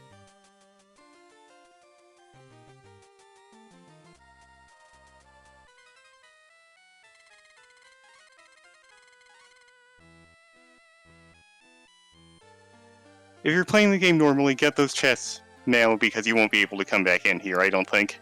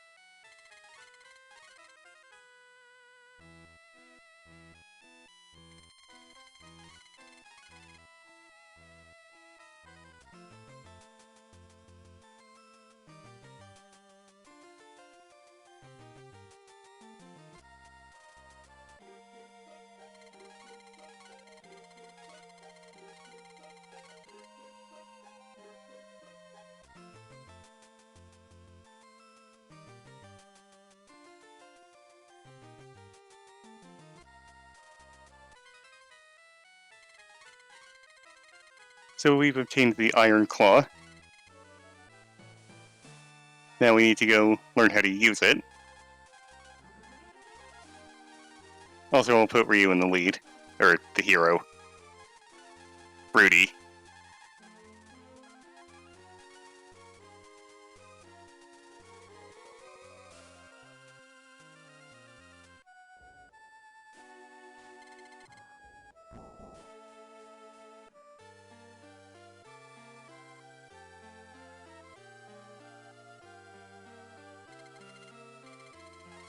Need to put Mogu in the lead to learn how to use it.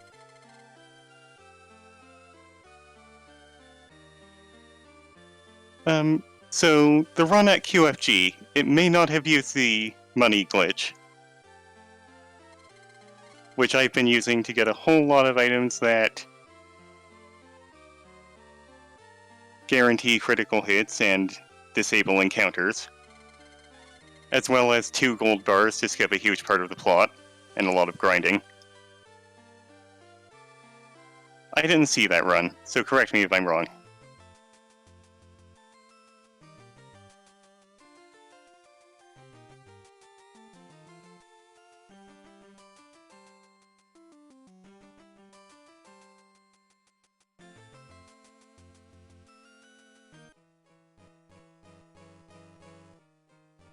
Oops.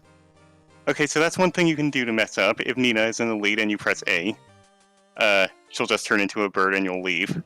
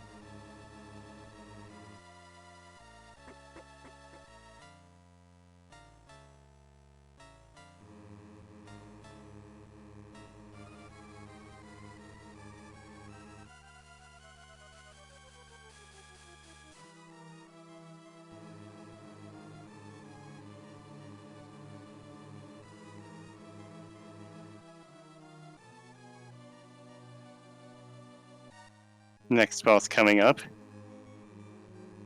We're just going to Agni our way through that one too. If I remember right, this is my favorite boss in the game. Yeah, I remember you mentioning.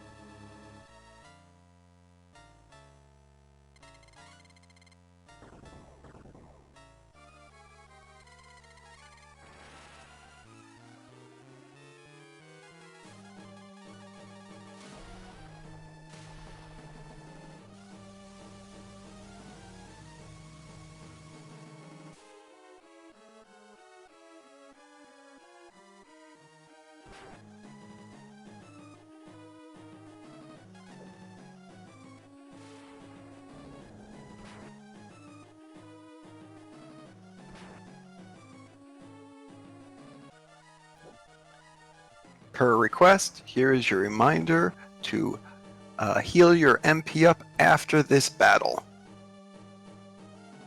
AP, actually, but thank you. Yeah, I remember. I'm also going to equip the Tide Helmet, which will hopefully protect against instant death, but I'm not actually sure if it works or not.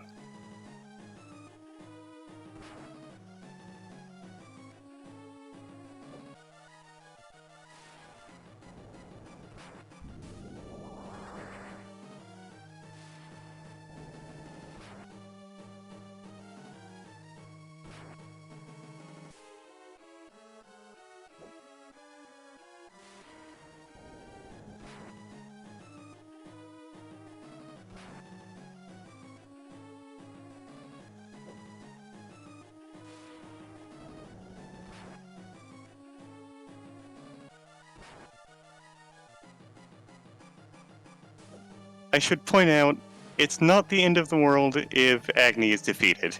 Ryu is the only one who will go unconscious. Everyone else just unfuses.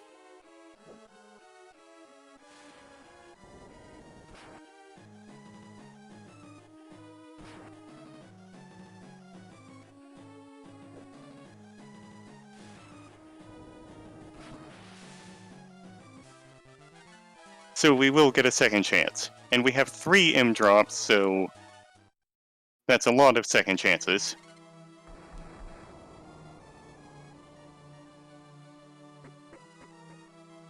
All 4 of those platforms go to the same place.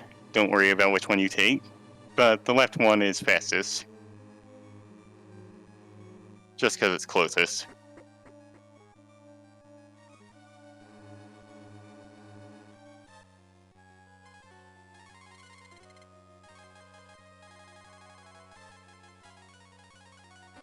And we'll equip the Tide helmet.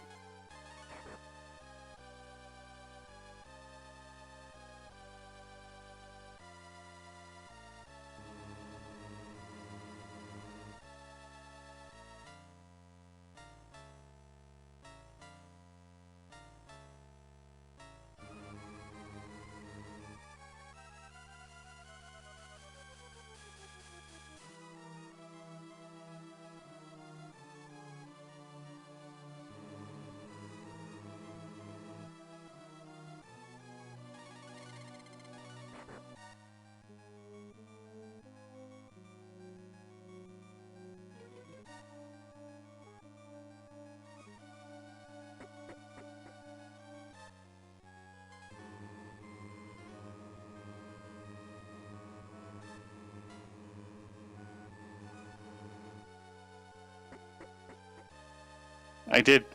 Alright. Had to make sure. This fight can go very badly if you've forgotten to heal.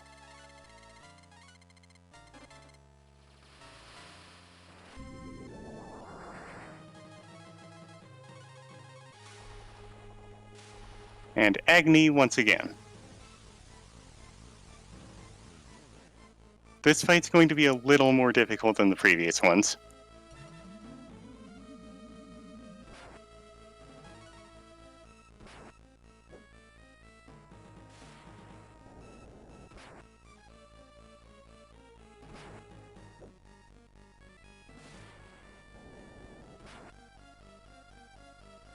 Mostly, we have to watch out for a 400 damage lightning bolt.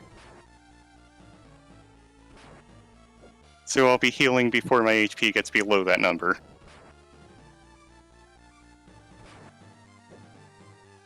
We also have to watch out for about a 6.25% chance, I think, of instant death magic. Hopefully that shouldn't work because I equipped the Tide helmet. There it is.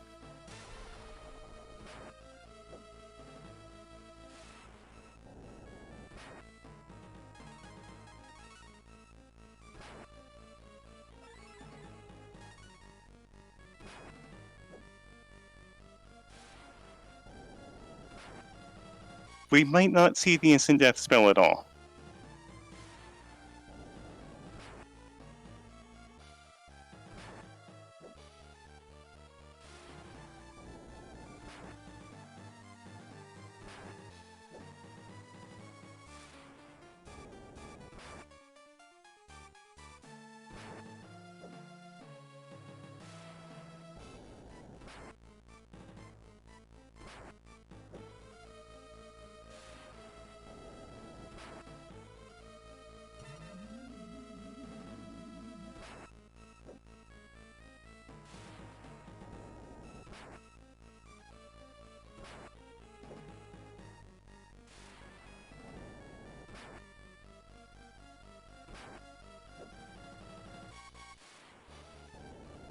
Just 4 more hits.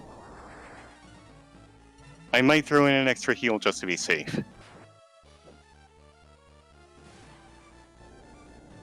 Yes, that would be a very good idea right now.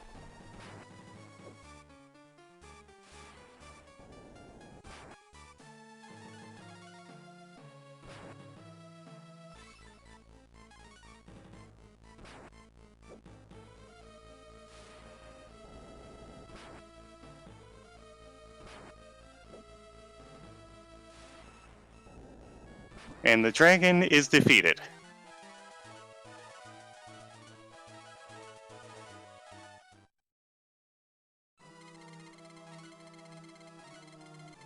time for the final boss. There's some of the best equipment is in this room, but since we're just going to use Agni, we're not going to bother with it.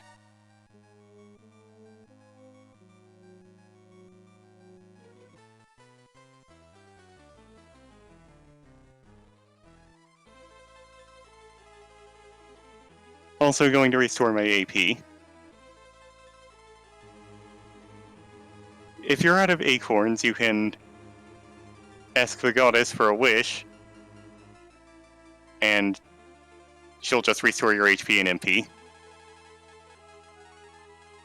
Also equip the dragon helmet again. And that's what everyone was fighting over.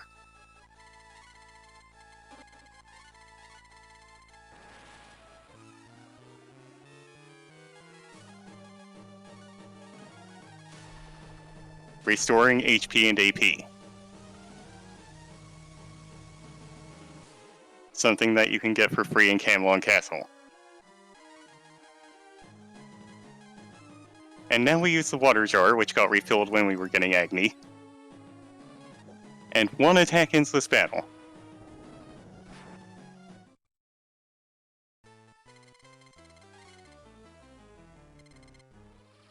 The goddess in her fake form actually has two forms rather. And using Agni on either of them will instantly take you to the final boss of the good ending.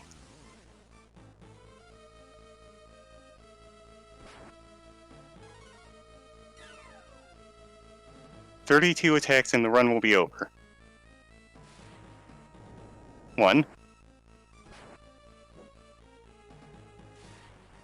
2.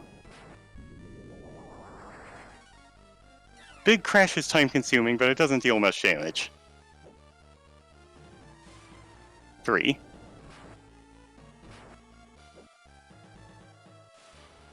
4.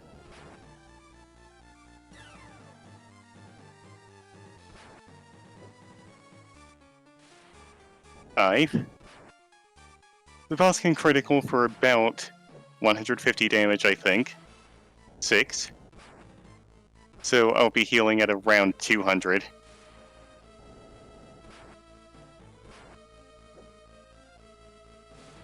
7.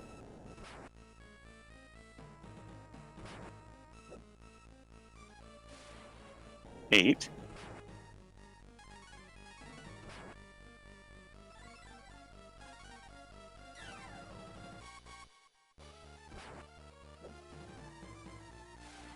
9.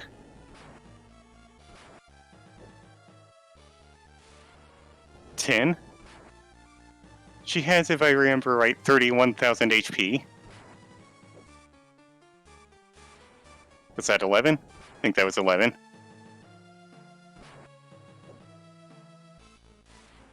12.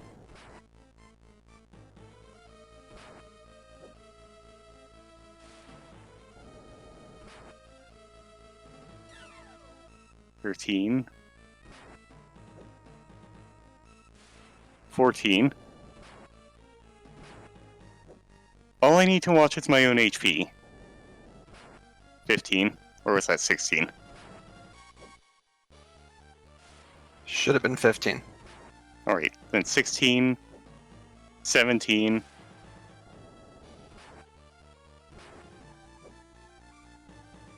18,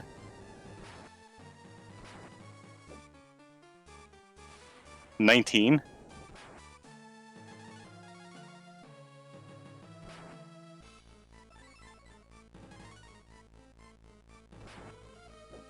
'I did count phase 1, so we're counting to 32.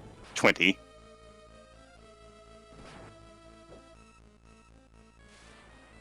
21.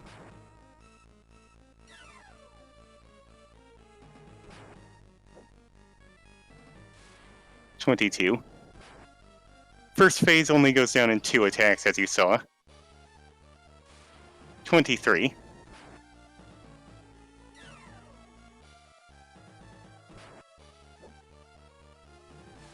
24.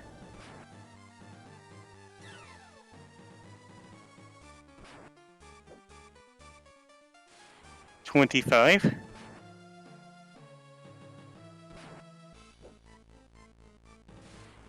26. Maybe we won't need to heal. Okay, never mind. 27.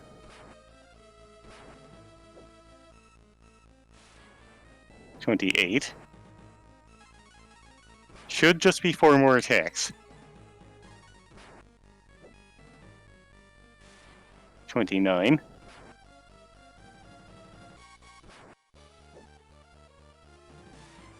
30.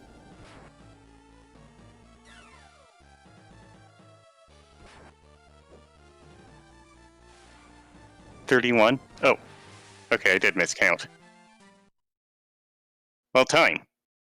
Sorry, I forgot I had to say that. Congratulations, Rudolph. Thank you. Do you have any shout outs you want to give before you're done? Well, one is that I didn't actually make much of my own routing, so I think the first shout out should go to Jacid for the first place run that I studied, because I learned a lot about the Game Boy Advance version from that. Also, Novalia Spirit, who data mined the Super Nintendo version, and that's where I learned things like the Broken Sword Chun-Li cameo during the ending. In the Super Nintendo version, that's not in this one. And, of course, all of my friends who I told about this marathon and came to donate and watch. And I think that's it. Well, thank you very much. I see a lot of congratulations in chat. Please continue with the round of applause. And this will be the end of my hosting run. Coming up next is Gail Frostbane as the next host. And she can take it from there. Thank you all.